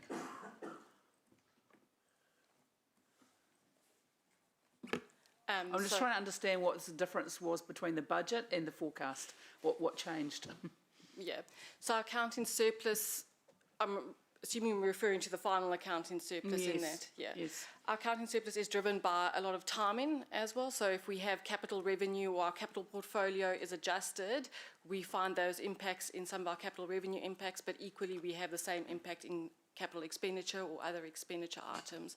So a new committee, but there was some changes in our phasing of our capital program last year, and those are the impacts that we would see in that bottom. So effectively, the budget is the substantial difference between those two is driven by more up-to-date information for the budgeting process compared with what was available in the long-term plan process. Thank you. Those are my questions. Thank you. McDonald. Thank you, Chair. I have two questions, and if I can borrow your language for a minute. Against the budget, the numbers do look quite rosy. Can you help us understand how much of this reflects a structurally stronger position versus timing, vacancies, etc.? It would be a piece of deeper analysis we'll probably have to do. If you asked me, I would put probably 25% of it down to timing differences, and the rest is primarily structural. Thank you. That's significant. The second question is, how can we expect this position to evolve over the next 12 to 24 months? So the first observation I'd make is some of that structural benefit we've talked about is what has been passed back to the community through the annual plan. Mm-hmm.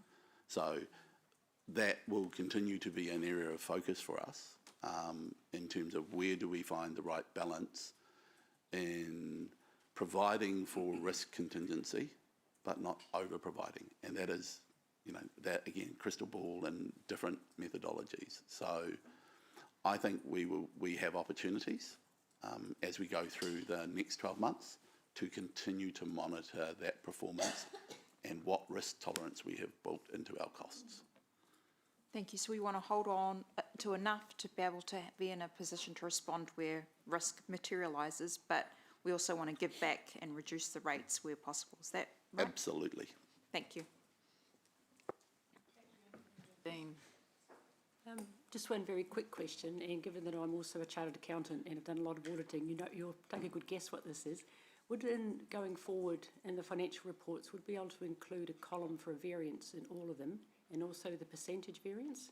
I mean, obviously it may require some changes, and it's probably not something you might be able to do in the next week, but for me, I will always go straight for the percentages, and I like to see the absolutes as well. So it's just adding two columns. Is that feasible in the reasonably short term?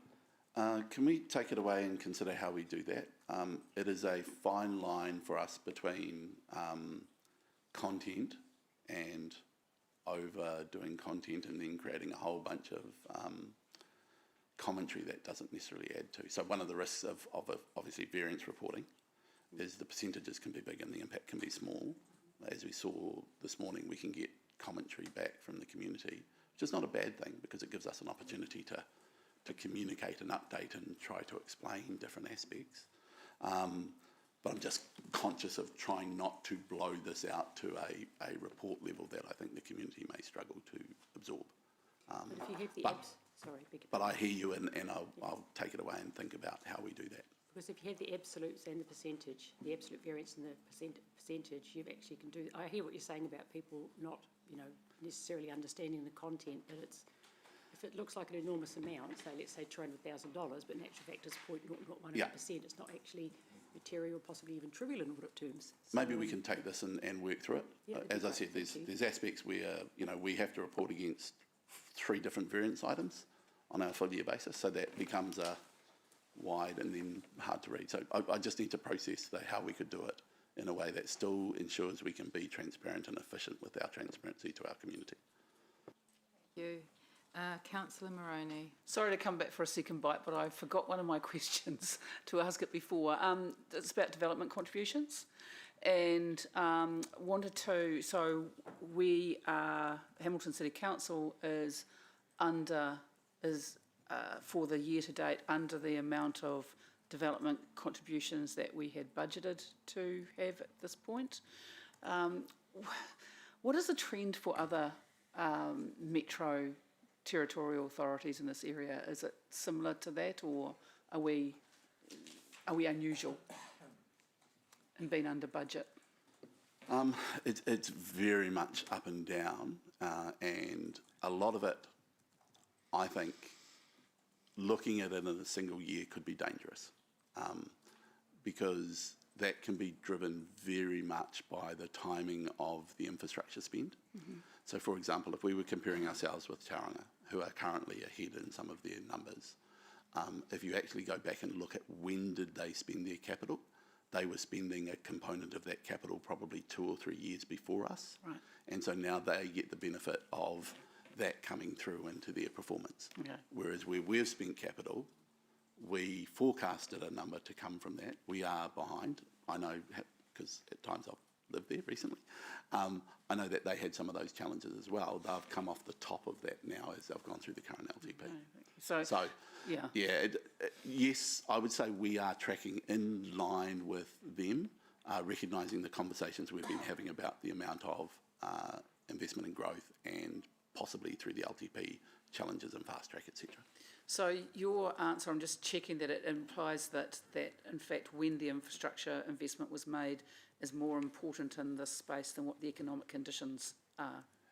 In the way that we account for DCs, absolutely. Okay, thank you. Very good. I have one question. And so compared with the same period last year, are there any areas where underlying performance is deteriorating despite appearing to be on budget?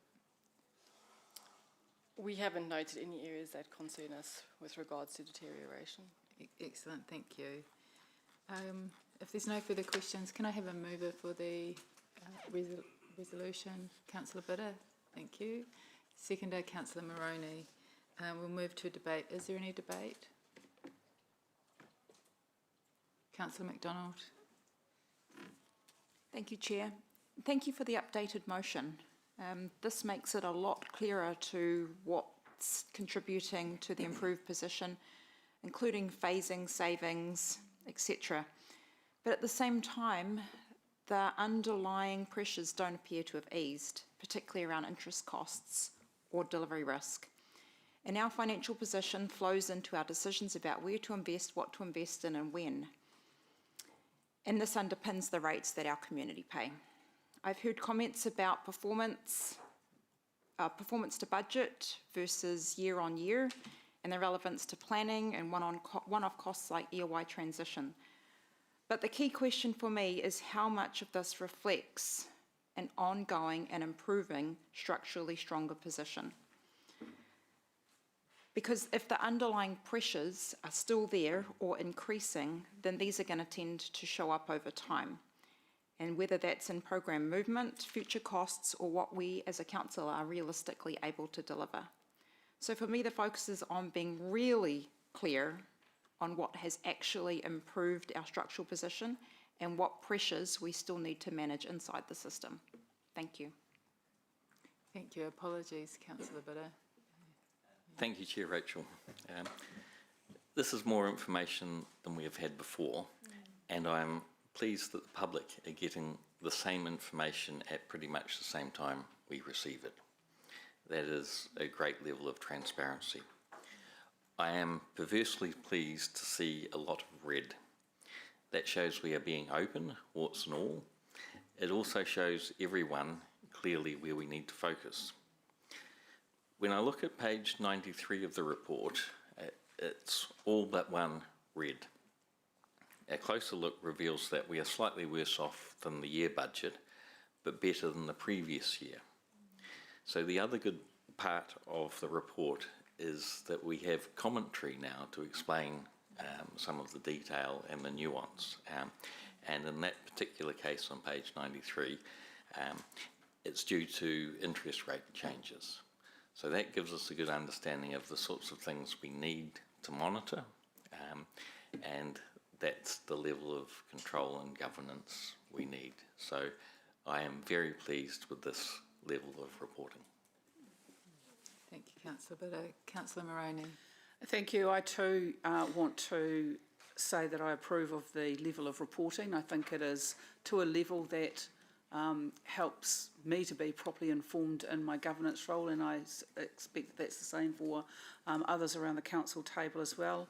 I think the transparency with the public is very important, and I do want to note that I was a little bit confused about some of the comments that were made in the public session this morning, because I see complete information in front of me that does tell us, along with how we're performing against this year's budget, it also tells us how we're performing compared with what the budget was in the long-term plan, and also how we're performing compared to what was actually spent in the previous financial year. So I think it is very comprehensive. The information is all there, and I hope that members of the public will not cherry pick particular pieces of information, but as we are required to as governors, look at the entire picture, and for us to be able to see clearly the areas that we need to work on. And I think the way that in which this report is presented helps enormously with that task. Kia ora. Thank you. Councillor Mead. Thank you, Chair. I'd just like to commend the finance team on what's put in front of us today. And for me, I can read it, I can understand it, and I can see notes with it. Is it all perfect in what I want to see? Probably not. We'd like to see more green than red, but hey, look, sometimes on that we can't always have what we want. But for me, Gary, and your team, thank you, and Rachel, thank you for what you've put in front of us. I can read it, I can understand it, and for that reason I'm supporting it. Thank you. There being no further debate, we will go to the vote. All in favour? Anyone dissenting? Nope. The motion was carried unanimously. Thank you. We'll move on to item 9 on the agenda, the Capital Monitoring Report, and we have Ian Anderson and Kelly Stokes presenting.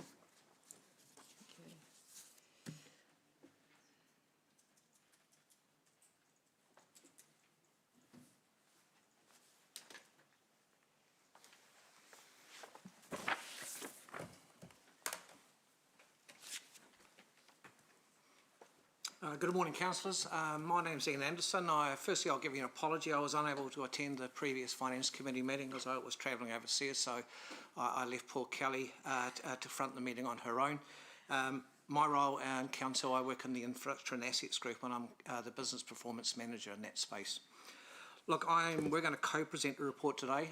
Kelly, obviously being our D&D manager, has an in-depth knowledge of the projects that are from a delivery point of view, and is far better equipped to answer questions than I am, so we will be doing that together.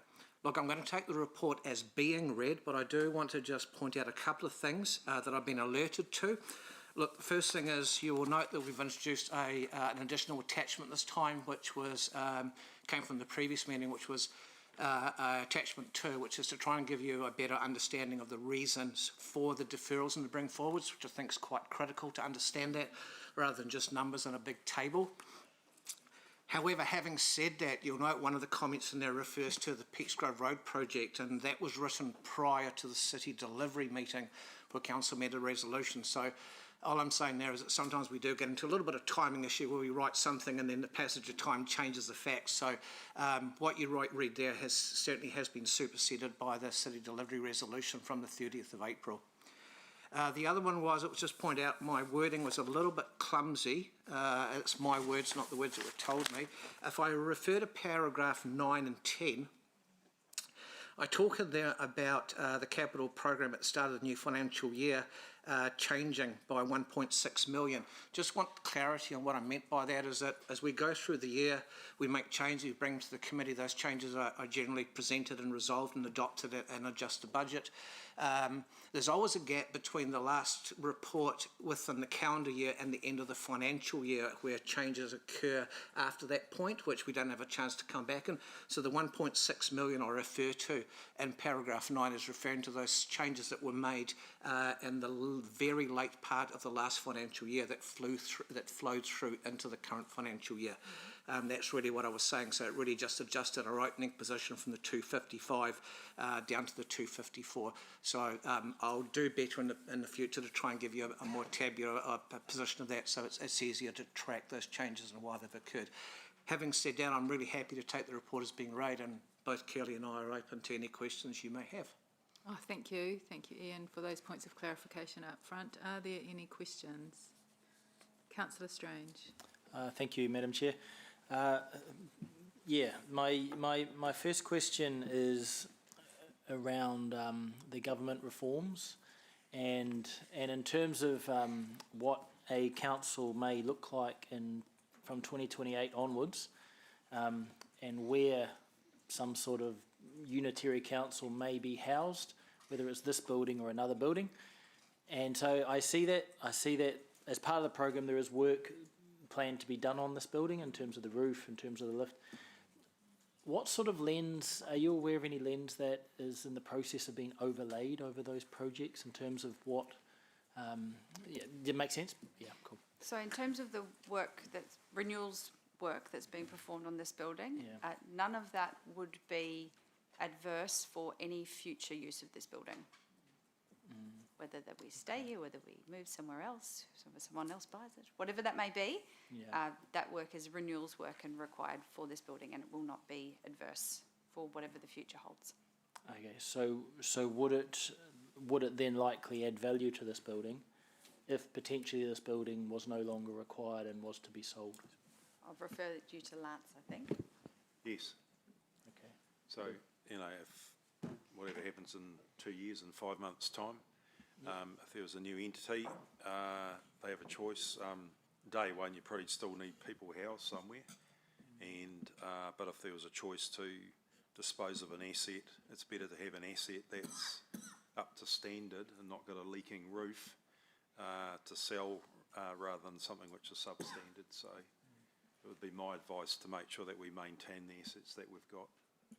Thank you. Next question is around the Eastern Transport Corridor. The report mentions multi-party funding agreement. What progress is currently taking place? Apologies if it's a bit micro. I'm just curious. So the Eastern Transport Corridor is a really important transport link that's in Ruakura. The external party agreements is to do with the developers in this space, but anything further related to growth, I asked Blair to comment on that. The actual Eastern Transport Corridor, though, has really good support from Waka Kotahi and ZTA. They are funding the business case aspect of it, and we're now into the design phase, so that's well supported. Thank you. A supplementary comment. So as Kelly said, there's two parts to it. There is the current work, where there is a funding agreement with NZTA for the design and consenting work program.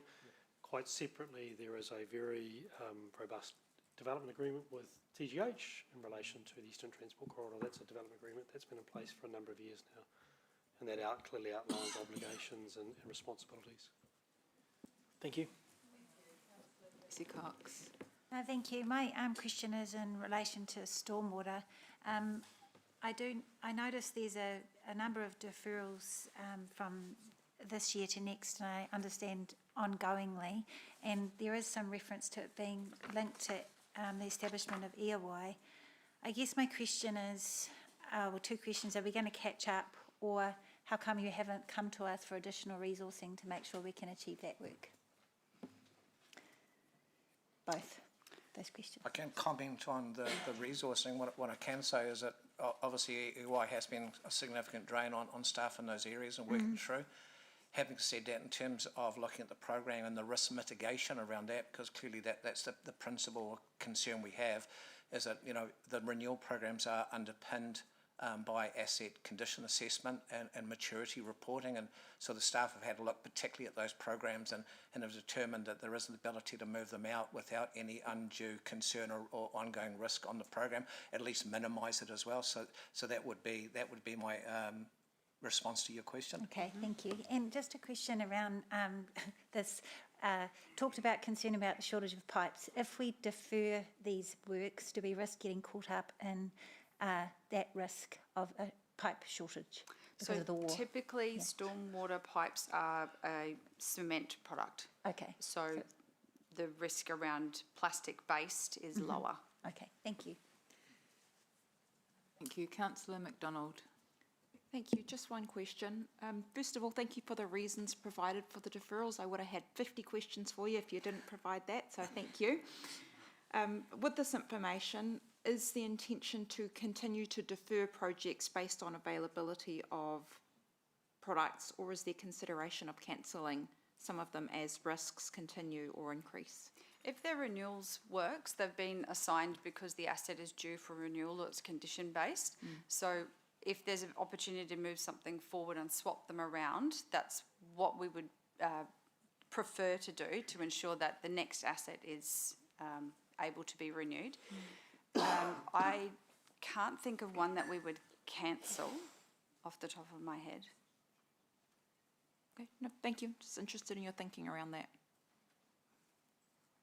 Thank you. No further questions other than I wonder whether you could comment on whether there's any impact on the capital program movements on the draft annual plan for the coming financial year. For Gary. So one of the cycles of work we have to go through, and the deferral program, we do update the capital. Normally the main shift in that appears in the timing of debt. So it doesn't actually change the projected result for the end of 2027. It actually just changes the starting point. So as we move capital, if it's debt-based, then we have lower debt to begin with. We end up taking on more debt next year, but it's actually because we took on less debt this year. So the starting position will change. At some point we'll have to update that, but the end position doesn't. Thank you. There's no change to the staff recommendation. So could I have a mover, please? Councillor Strange, and a seconder. Who was that? Oh, Councillor Bitter. Thank you. We'll move into debate. Does anyone have any debate?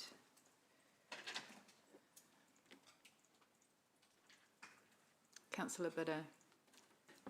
Big thank you to Dependable Ian and Dependable Kelly. The commentary is again another great addition.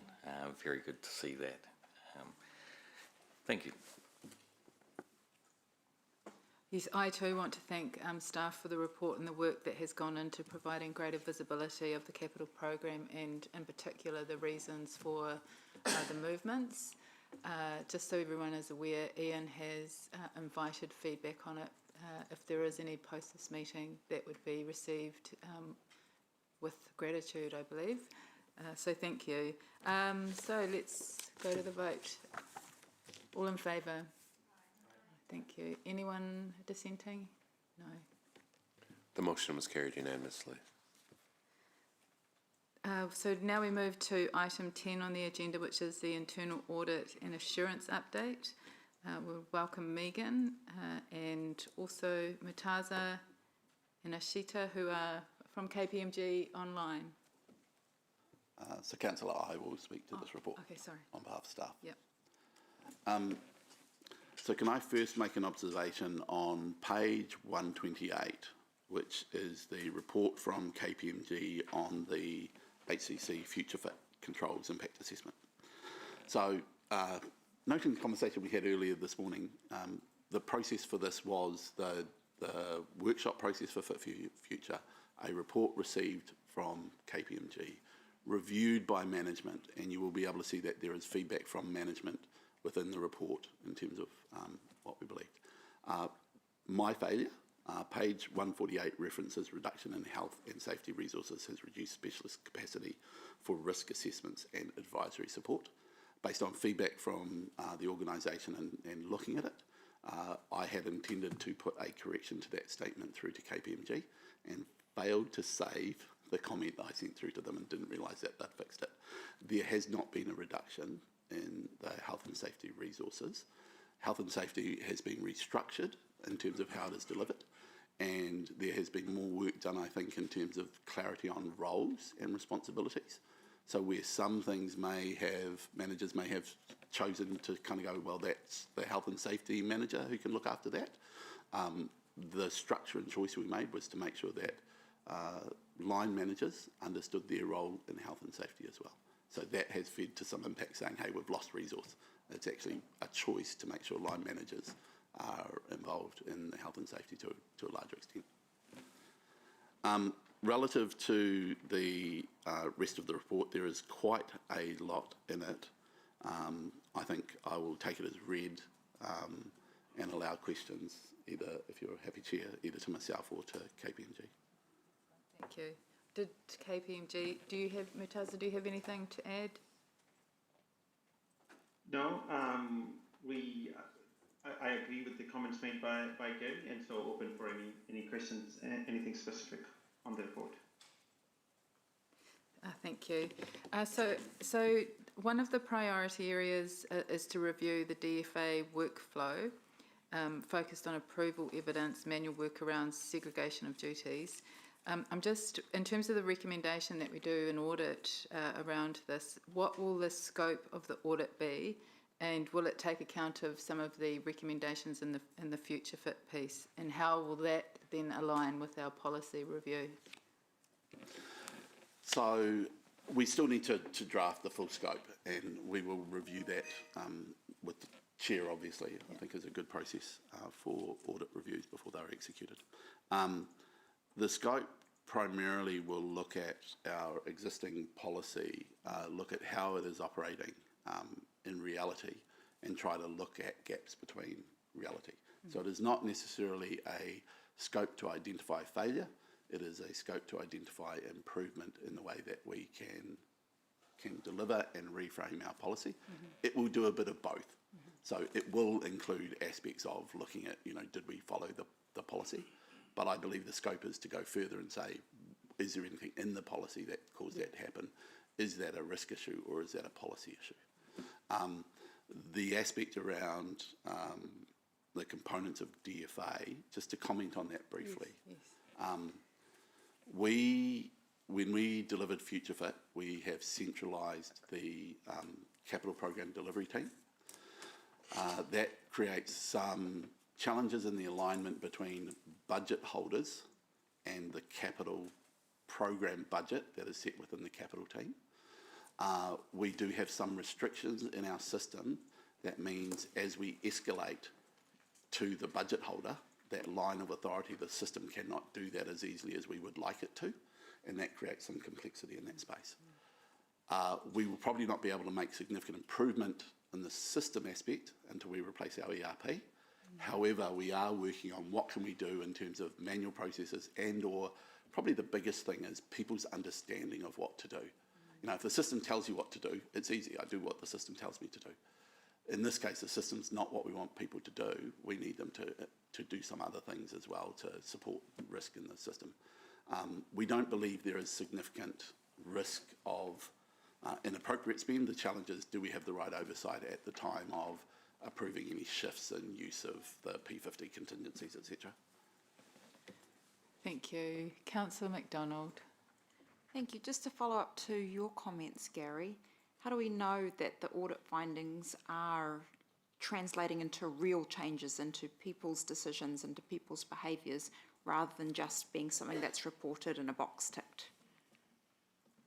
So I think it's important. So within the LTP, one of the things we do want to look at is our overall internal audit program. I think bringing in those aspects of retesting in future aspects, both not necessarily through KPMG, but even ourselves, will be an important way of doing that. I would absolutely recommend, as if we were to do an ERP change, there would be a significant amount of work to ensure that the control environments are maintained. And when we do that piece of work, we can test whether what we put in place helps us in the meantime, we have to put in manual tests and processes.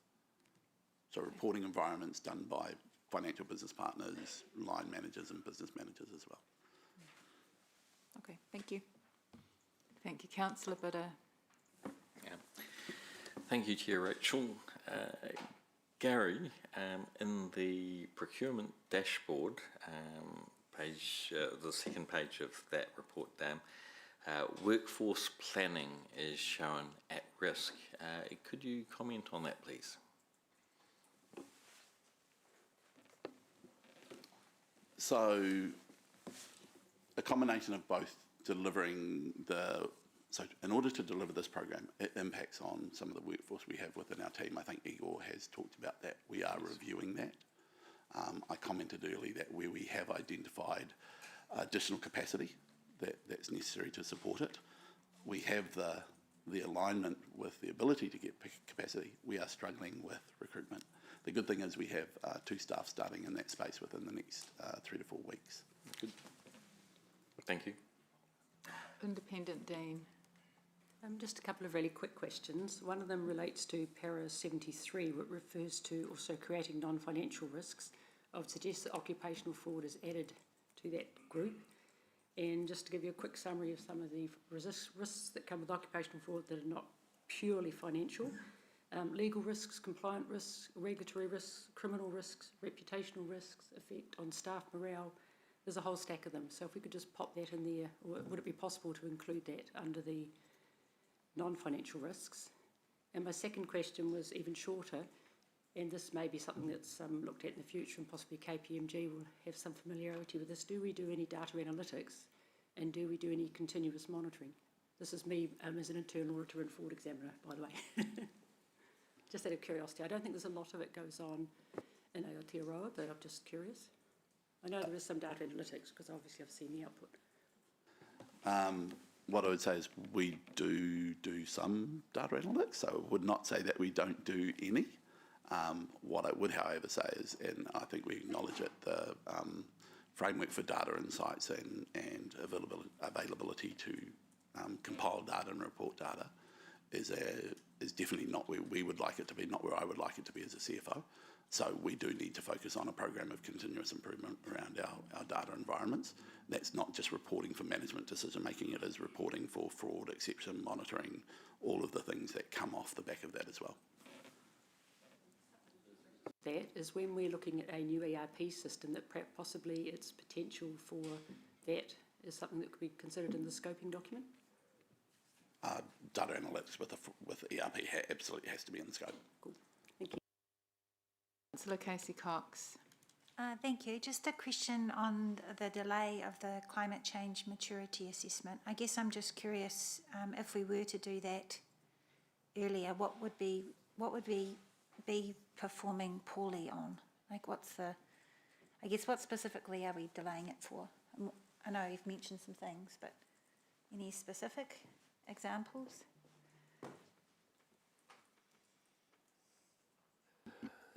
Yeah, look, when you say delay, so my understanding is that obviously we have the annual report coming up later this year. I'm not sure, like I'm probably not able to answer that question on the spot here. Okay.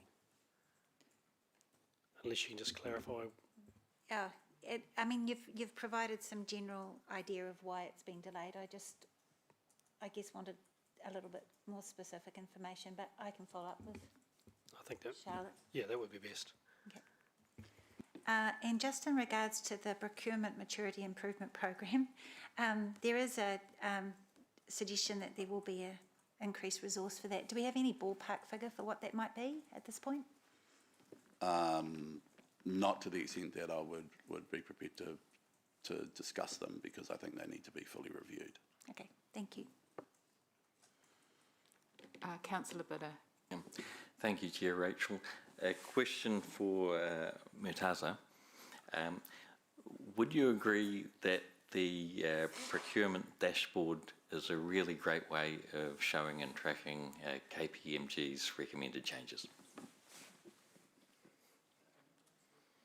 Yes, I think that's correct. We have not And while I say that, I also would like to disclaim that we have not, reviewed the dashboard, like the proposed dashboard or the actual dashboard will be in place. But I mean, generally speaking, yes, that be the sort of right way, making sure that as long as the dashboard is sort of showing you the has the right sort of risk lens to it and the areas that you're focusing on, and by incorporating KPMG's recommendation into the dashboard matrices, it'll be a good way to track progress.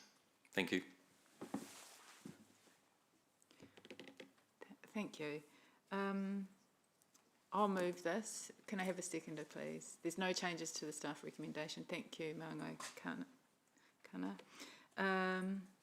Look, I strongly support the proposed audit of the DFA, and in particular I support the timing of it, which occurs alongside the wider procurement and policy and governance principles development work. I think I've been really heartened to see the procurement improvements program and the detail of it, and also to see it now progressing with the pace, the structure and the transparency that this council expected. I very much want to acknowledge the work of the CFO and the wider team in establishing clear milestones, sequencing, accountability and governance oversight around the program, along with Councillors Bidder and Mead for their leadership they've shown in driving this work forward.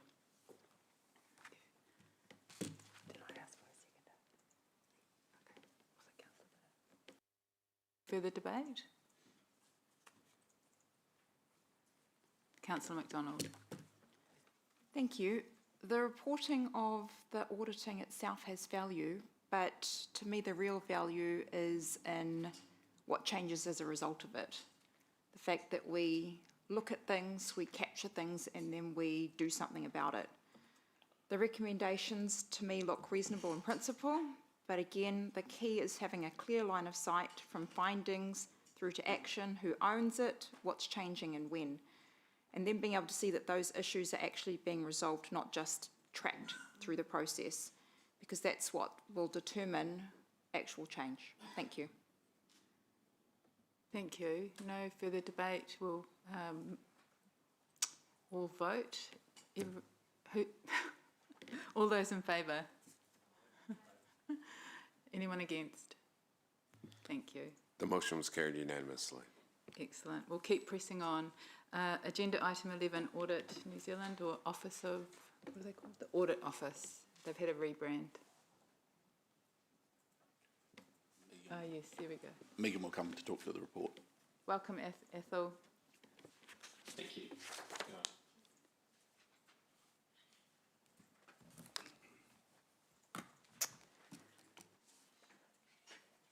I will start. So our report just really highlights the audit fee that has been approved by Mayor McIndoe.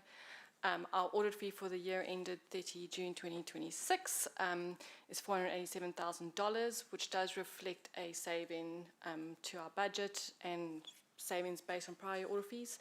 That really is as a result of audit efficiencies identified by the Audit Office and some benefits of the effective planning really between our two teams. Management has released back to our budget just a portion of that saving, the $24,000. We do want to hold back some just in case of anything that does arise in audits. We do have some complex matters that will come up in our year-end audit, being the year-wide transaction as well as infrastructure revaluations on both the water's assets and our transportation assets. So from my side, that's all. If anyone has any questions for me, or otherwise I'll hand over to Ethel. Do you want, yeah? Does that include GST? No GST? Okay, yeah, so GST added on top of that, but then we pay it and then get it back. Yeah, we claim it back, yeah. Yeah, cool, no worries, thanks. Questions of Megan, and then we'll move on to Ethel.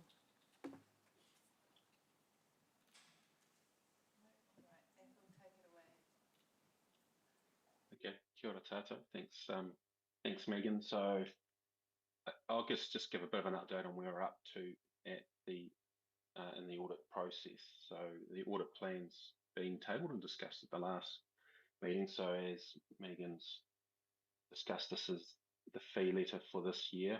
It's a 1-year fee letter because of the complications and complexities of change in the sector at the moment. So we'll revisit the fee and the audit effort required going forward once we get through this year. The obvious changes, a lot of the water assets are shifting out of the council, still in the group, but going to another entity. So that will have a separate audit over those assets and that business being EOI. We have done an interim audit and we have one coming up in the near term. Probably the key things we're focusing on, just for information, will be the revaluations of the infrastructure assets. So that's the water assets that will be transferring to EOI, revalued one more time before they transfer over. So that'll be as at 30 June this year, and also the transport assets. We're also doing our interim testing of expenditure. We've moved to using more data-based sample selection and testing of those transactions. So Hamilton's one of a pilot we're doing this, taking this approach on. We have a key milestones that are in place just to keep tension between our team and council's team. We're on track against those milestones, so we really appreciate the effort that management's put into to work towards those milestones and taking the time to meet with us regularly throughout the audit so far, and I'm sure that will continue. And that's one of the reasons why we think the cost of the audit is well contained and it's representative of an efficient audit of this size. Other areas on our radar, and we'll just keep monitoring. In the audit plan, we mentioned the disclosures around the transfer of assets, so that'll be a focus for us, but we can work on that fairly early through the audit now that the asset transfer agreement's in place for assets transferring to EOI, WIP capitalisation processes and auditing those transactions. That's a focus previously and it'll continue to be a focus this year. The other thing, just for your information, we're working on with management is with thinking ahead to the audit of the LTP, so discussing timelines at the moment to make sure we are aware of the timelines that council's wanting to achieve to get the CD out for consultation, and making sure we're able to put resources in place to help achieve those dates. So I'll pause there, but happy to take any questions, Chair. Questions? Independent Dean. Just a couple of quick questions, Ethel. With respect to the audit fee, and you probably don't have this off the top of your head, and I probably should have sent a note in earlier, but what proportion or percentage or dollar value of that is related to the non-financial performance measures? That is a tough question off the top of my head. But I'm happy to come back to you on that after that information. Yeah, that would be good, thanks. And also if you could factor that, because the question will also come when it gets to LTP planning. And the second one, which again is probably a question you can't answer straight off the bat. As a general rule, some reliance, and I am actually an auditor myself, so I know you certainly can't place more than a certain amount of reliance can be placed on work done by internal auditors. Is that something, the internal auditing that's been done here at Hamilton, is there anything in that that's enabling you to make some savings in your audit fee? To actually rely on the work of an internal auditor, there's actually quite a lot of work we would need to do, just given the different types of assurance that's provided. Ours is reasonable assurance under the external audit standards, and internal audits following different standards. Obviously they do cross over. What I would say about internal audit is it's an important function in terms of maintaining and monitoring the control environment. And I've read through the program, the recommendations for updating the program going forward, and that's what is happening in that space is, in my view, a really good way of ensuring control environment is enhanced and strengthened going forward. If that wasn't the case, that would have not a direct but an indirect impact on cost to us, because we would come across, I would say, problems and issues more often. So a good control environment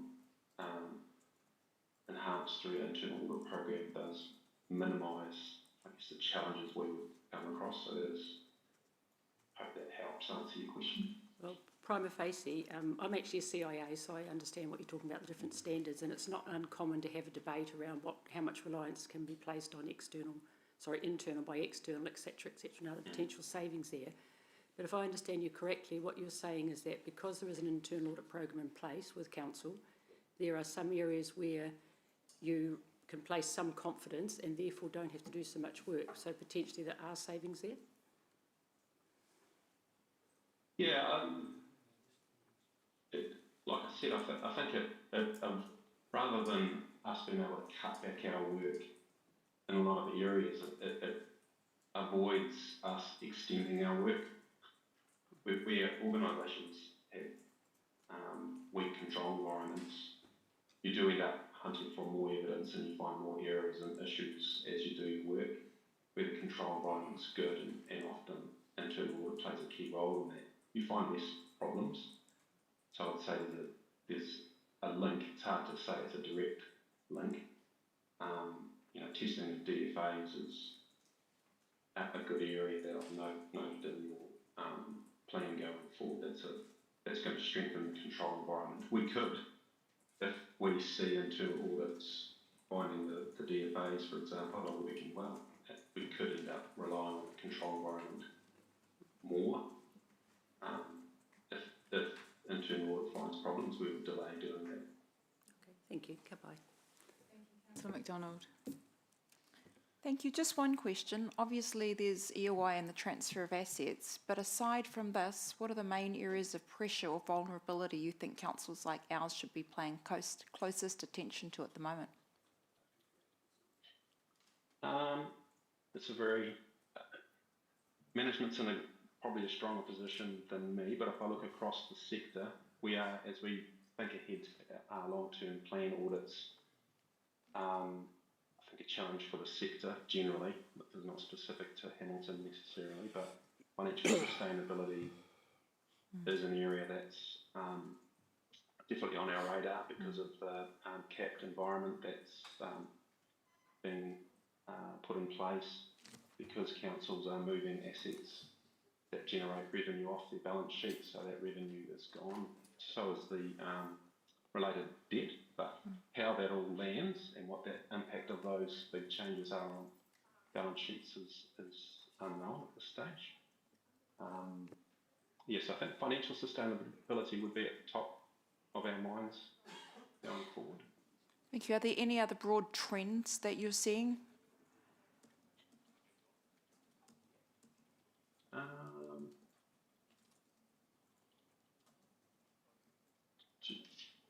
Not off the top of my head, sorry. There are definitely trends in the sector because it's homogenous.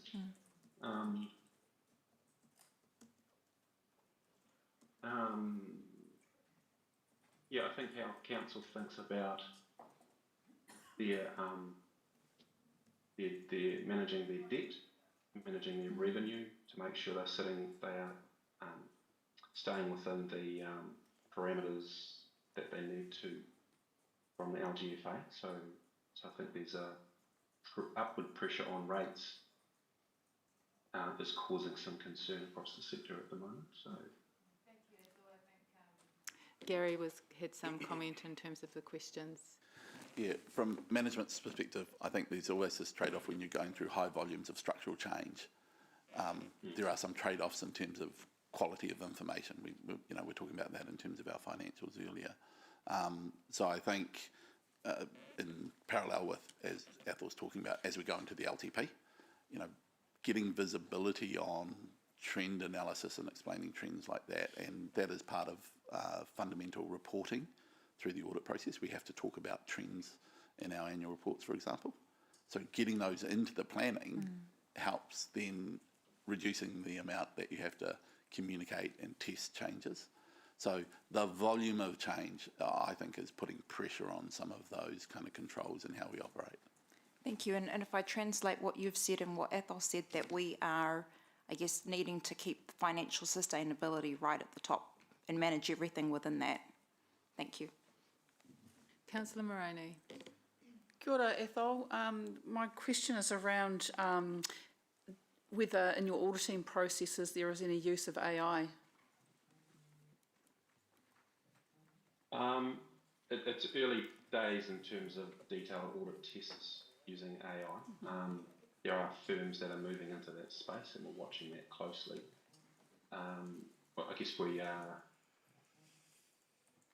taking advantage of low-hanging fruit with AI, so the way we prepare plans and analyse trends and data as was discussed in the last question.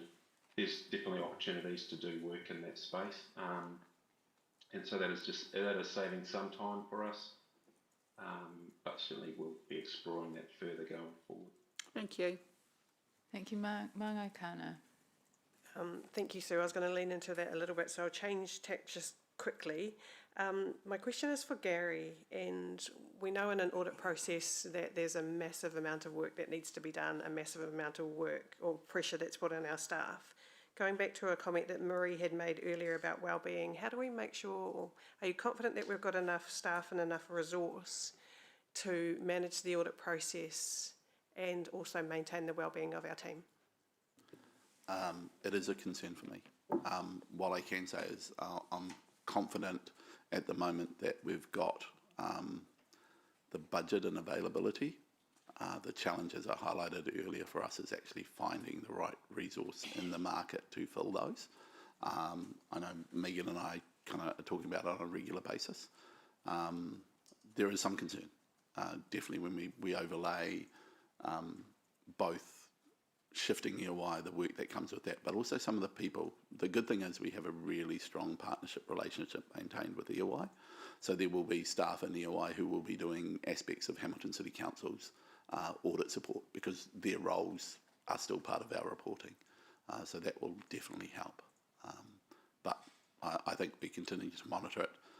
The other aspect is we are, the reason Megan talked about being in an acting role, we are reviewing how we're structured to try to deal with some of the capacity constraints that we have. And I hope for that to be in place before we start the audit. Thank you. Thank you. There being no further questions, can I have a mover for the staff recommendation? Thank you, Councillor Bidder, and a seconder, Councillor Mead. All in favour? Oh, sorry, debate. Is there any debate? Councillor McDonald. I just have one quick comment to note that I think there's real value in having external perspective alongside our own internal reporting. And obviously there are legal requirements for audit, but in addition to this, I value having an outside view to combine with our inside view. I think it's important to help us test whether we're seeing the full picture, whether there are any gaps, test our thinking, our process, and know whether our controls are strong, and to know whether we are responding as an organisation early enough or in the right direction. That's all. Thank you. Thank you. All in favour? Any dissenting? The motion was carried unanimously. Thank you, Ethel. We have one more agenda item in open forum. I intend to push on so that we can break at lunchtime and then come back for PX, and that will enable, I guess, a smoother transition for anyone or the many people that are watching online. Thank you. All right, so item number 12, compliance reporting update. We just want to welcome Michelle Hawthorne. Oh, thank you. Already there. Addressing councillors and the many, many people watching us online, I hope. I'll take the bulk of the report as read. You'll notice in the report that we have provided the conflict of interest management policy and the protected disclosures management policy. These fall under the committee's remit to review and provide feedback to the organisation on.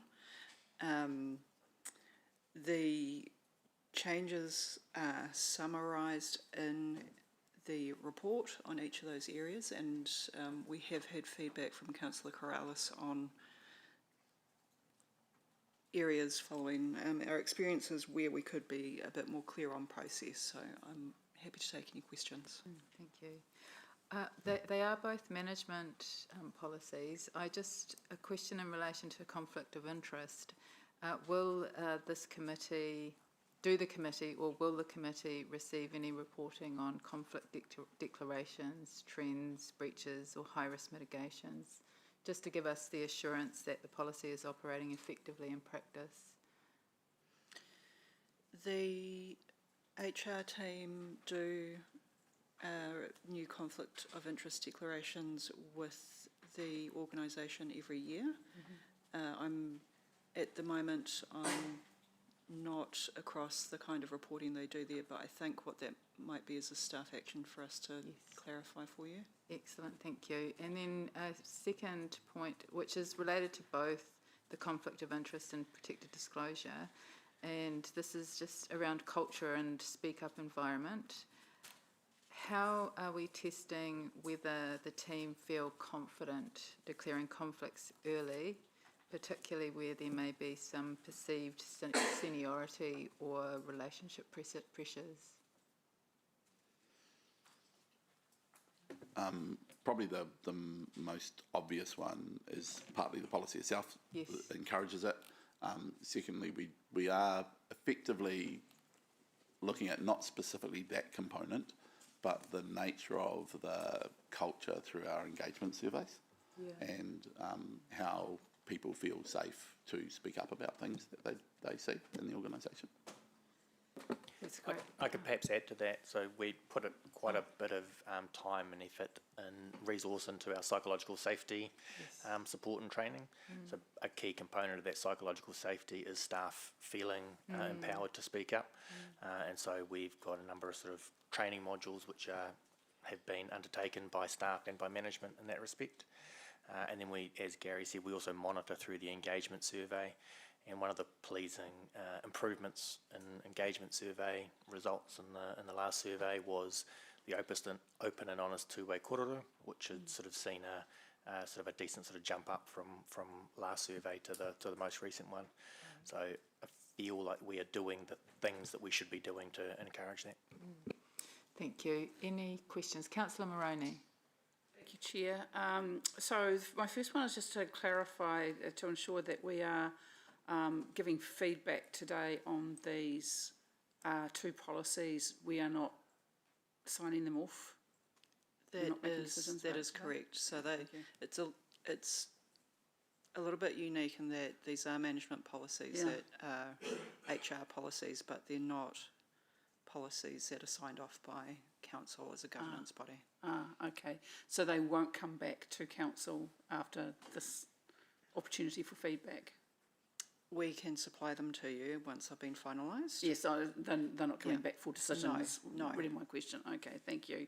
And so the way that you are asking for that feedback is via the debate, or are you wanting feedback now? Question time. In question time. It's probably best to have it through question time, and then if there's any changes that you want to make to specifically to the recommendation from staff to capture something, we can do that. Otherwise, we generally note the feedback that has come through as staff actions from the elected members. Thank you. Do have one piece of feedback, but before I get to that, can I just clarify the conflict of interest management policy? Does that apply in any form to us as governors, or is it solely to employees? Because I asked the question because I note in some part of it talks about voting. So the conflict of interest policy is a management policy, so it doesn't apply to elected members in the sense that unless you can't be staff, because if you were staff that would be specifically prohibited. But if, say for example, you were your company was contracting to the organisation and it was either under 25,000 or been signed off by the AOG, then the conflict of interest would impact you in that respect. For councillors, your conflict management is covered more by the Standing orders. AOG pecuniary interests, the local authority members' interests bill and other guidance plus the LGA. So that's how that the separation there would work. Okay, thank you. Is governance or elected members' conflicts of interest management, is that something that could be included in a review of standing orders? There's already provision in standing orders, and it comes through in the minute, when you have to make your declarations at the start of a meeting, if there are any. If there is an appetite to review the standing orders, that's something that my governance team can pick up. So I won't say no, but what I would say is that if you're going to change that process, we'd probably just need to have a clearer understanding of what you're looking for there. Ultimately, declarations of interest, whether they're pecuniary or not, rest with an elected member. They're not something that we can say yes or no to as staff. It's your own judgment. But the AOG provides excellent guidance, and we're here to provide support. Thank you. So my feedback then on the conflict of interests, the draft policy, is that where it talks about the manager's responsibility, I was a bit concerned to see that the manager only had a responsibility to be involved in disclosed conflicts of interest. It seems to me that if there is a register of interests and the manager is overseeing a project that's being worked on, that they could and should, in my view, be able to discuss with a staff member or an employee a conflict of interest that they believe exists that may not have been disclosed. Can I answer the question if it's in the space? Yep. Particularly where it comes to anything from procurement framework, we do operate significant additional conflict testing and reviews.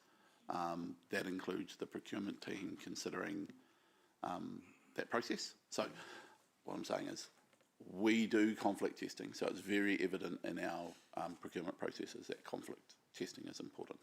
I think that creates an environment, as we talked about before with disclosure, that would encourage anyone to talk to procurement. And I would say that we have had a couple of questions that I'm aware of about, is this right, is that not? And we've dealt with those in terms of talking through with the managers. Yeah, I guess what I'm pointing out is the policy doesn't reflect that practice, in my view, because it appears to me to limit the manager's involvement only around conflicts that have been disclosed. I think there's probably more in the procurement policy around that, but we'd have to go check that one. Okay, so my feedback would be that it would be great to have that clarified more along the lines that you spoke about, Gary, because my reading of the policy doesn't quite support that. Yep, we'll take that on board. Thank you. No, that's Yep. it. Independent Dean. I've actually got three very quick questions. It's about around wording, so they're all very fast, and one more general comment. So if I could jump to para 13, where it refers to disclosure must occur as soon as you become aware, and suggests that it should include as soon as practical after you become aware, because otherwise, again, I'm thinking about if you had to argue that in court, technically, if someone was going to get terribly silly about it, you can see how that could go. So that was just I'll just have to jump to the other pages as well, sorry. 217. Oh. Sorry, I've got to jump to each one because I've referenced them all. Disclosures, 14B1.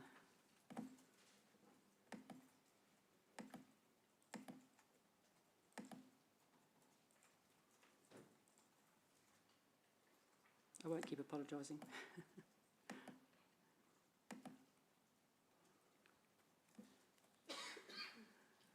My note says difference between protected disclosures, fraud and corruption reports. But my apologies, I can't seem to find it now when I'm searching. Rebecca, we could come back to Independent Dean while she's looking. No other feedback? Okay, we'll just wait. Yeah, no, I'll pass that one and I'll pass it on as a note later because I can't locate it, which is really annoying. Page 220, item 14B, subsection 1. I felt the wording there was a tiny bit discretionary, and for the effective investigation of the disclose is actually quite discretionary. I think that needs to be a little bit tightened. So that was just something, if perhaps, you know, consideration could be given to just tighten that wording a wee bit so it's not too discretionary. And the last one is page 226. And this is actually about who the policy applies to, and it's so employees, contractors, etc. And I'd just like to suggest again that perhaps consideration could be given to looking into expanding a whistleblowing process to incorporate other people that are currently not covered in it, and by sheer stroke of remarkable good luck. The international data supports, so employees are the highest percentage of whistleblowers, customers are next, anonymous is next. So we've got anonymous for starters, that's around 15%. That's been consistent over the last 6 years or so, possibly longer because I haven't gone back further into the data. Suppliers and vendors, we've probably got that captured. Other, there's another random group of 7%, which we're not currently capturing. Competitors, probably not relevant, hopefully. And shareholders, owners, again, probably not relevant. So I just wondered what's in there is good, but we should also give consideration to probably what's something in the region of 20% of possible whistleblowers that are, so it's just a question, is that something that could be looked at in the going forward thing, not holding up the current process? For the feedback, I'm sure governance will take that back, and yeah. I'm happy to move the staff recommendation if there's no other feedback. Mayor McIndoe, thank you. All in favour? Oh, debate, sorry. Hangry? No. Yes, please, debate. Councillor Moroney. Thank you, Chair. I'll try and be very quick. I just wanted to point out how important to public trust and confidence in council and its processes these two particular draft policies are, both around protected disclosures, but importantly around conflict of interest and how we manage it. Because in my experience, nothing erodes public trust and confidence more quickly than any sniff of conflicts of interest at any level. Hence my discussion around and my questioning around how robust our processes are as they apply to governance as well as to staff. Really pleased to see that we're strengthening up conflict of interest in regard to the management of staff, and I strongly am of the view that we need to do some work on how we do this as governance as well, for the reasons that I've outlined. Kia ora. Thank you. Anybody else? Now we'll go to the vote. All in favour? Any dissenting? No. Thank you. The motion was carried unanimously. Thank you. So can I have a mover for the resolution to exclude the public? Thank you, Councillor Bitter. And a second to thank you, Councillor Mead. And we'll come back at... Oh, pardon? Huh? Oh, we have to vote. Yes, thank you. I am hangry. All in favour? Anyone dissenting? No. The motion was carried unanimously. Thank you. We will be back at 1:45. Thank you.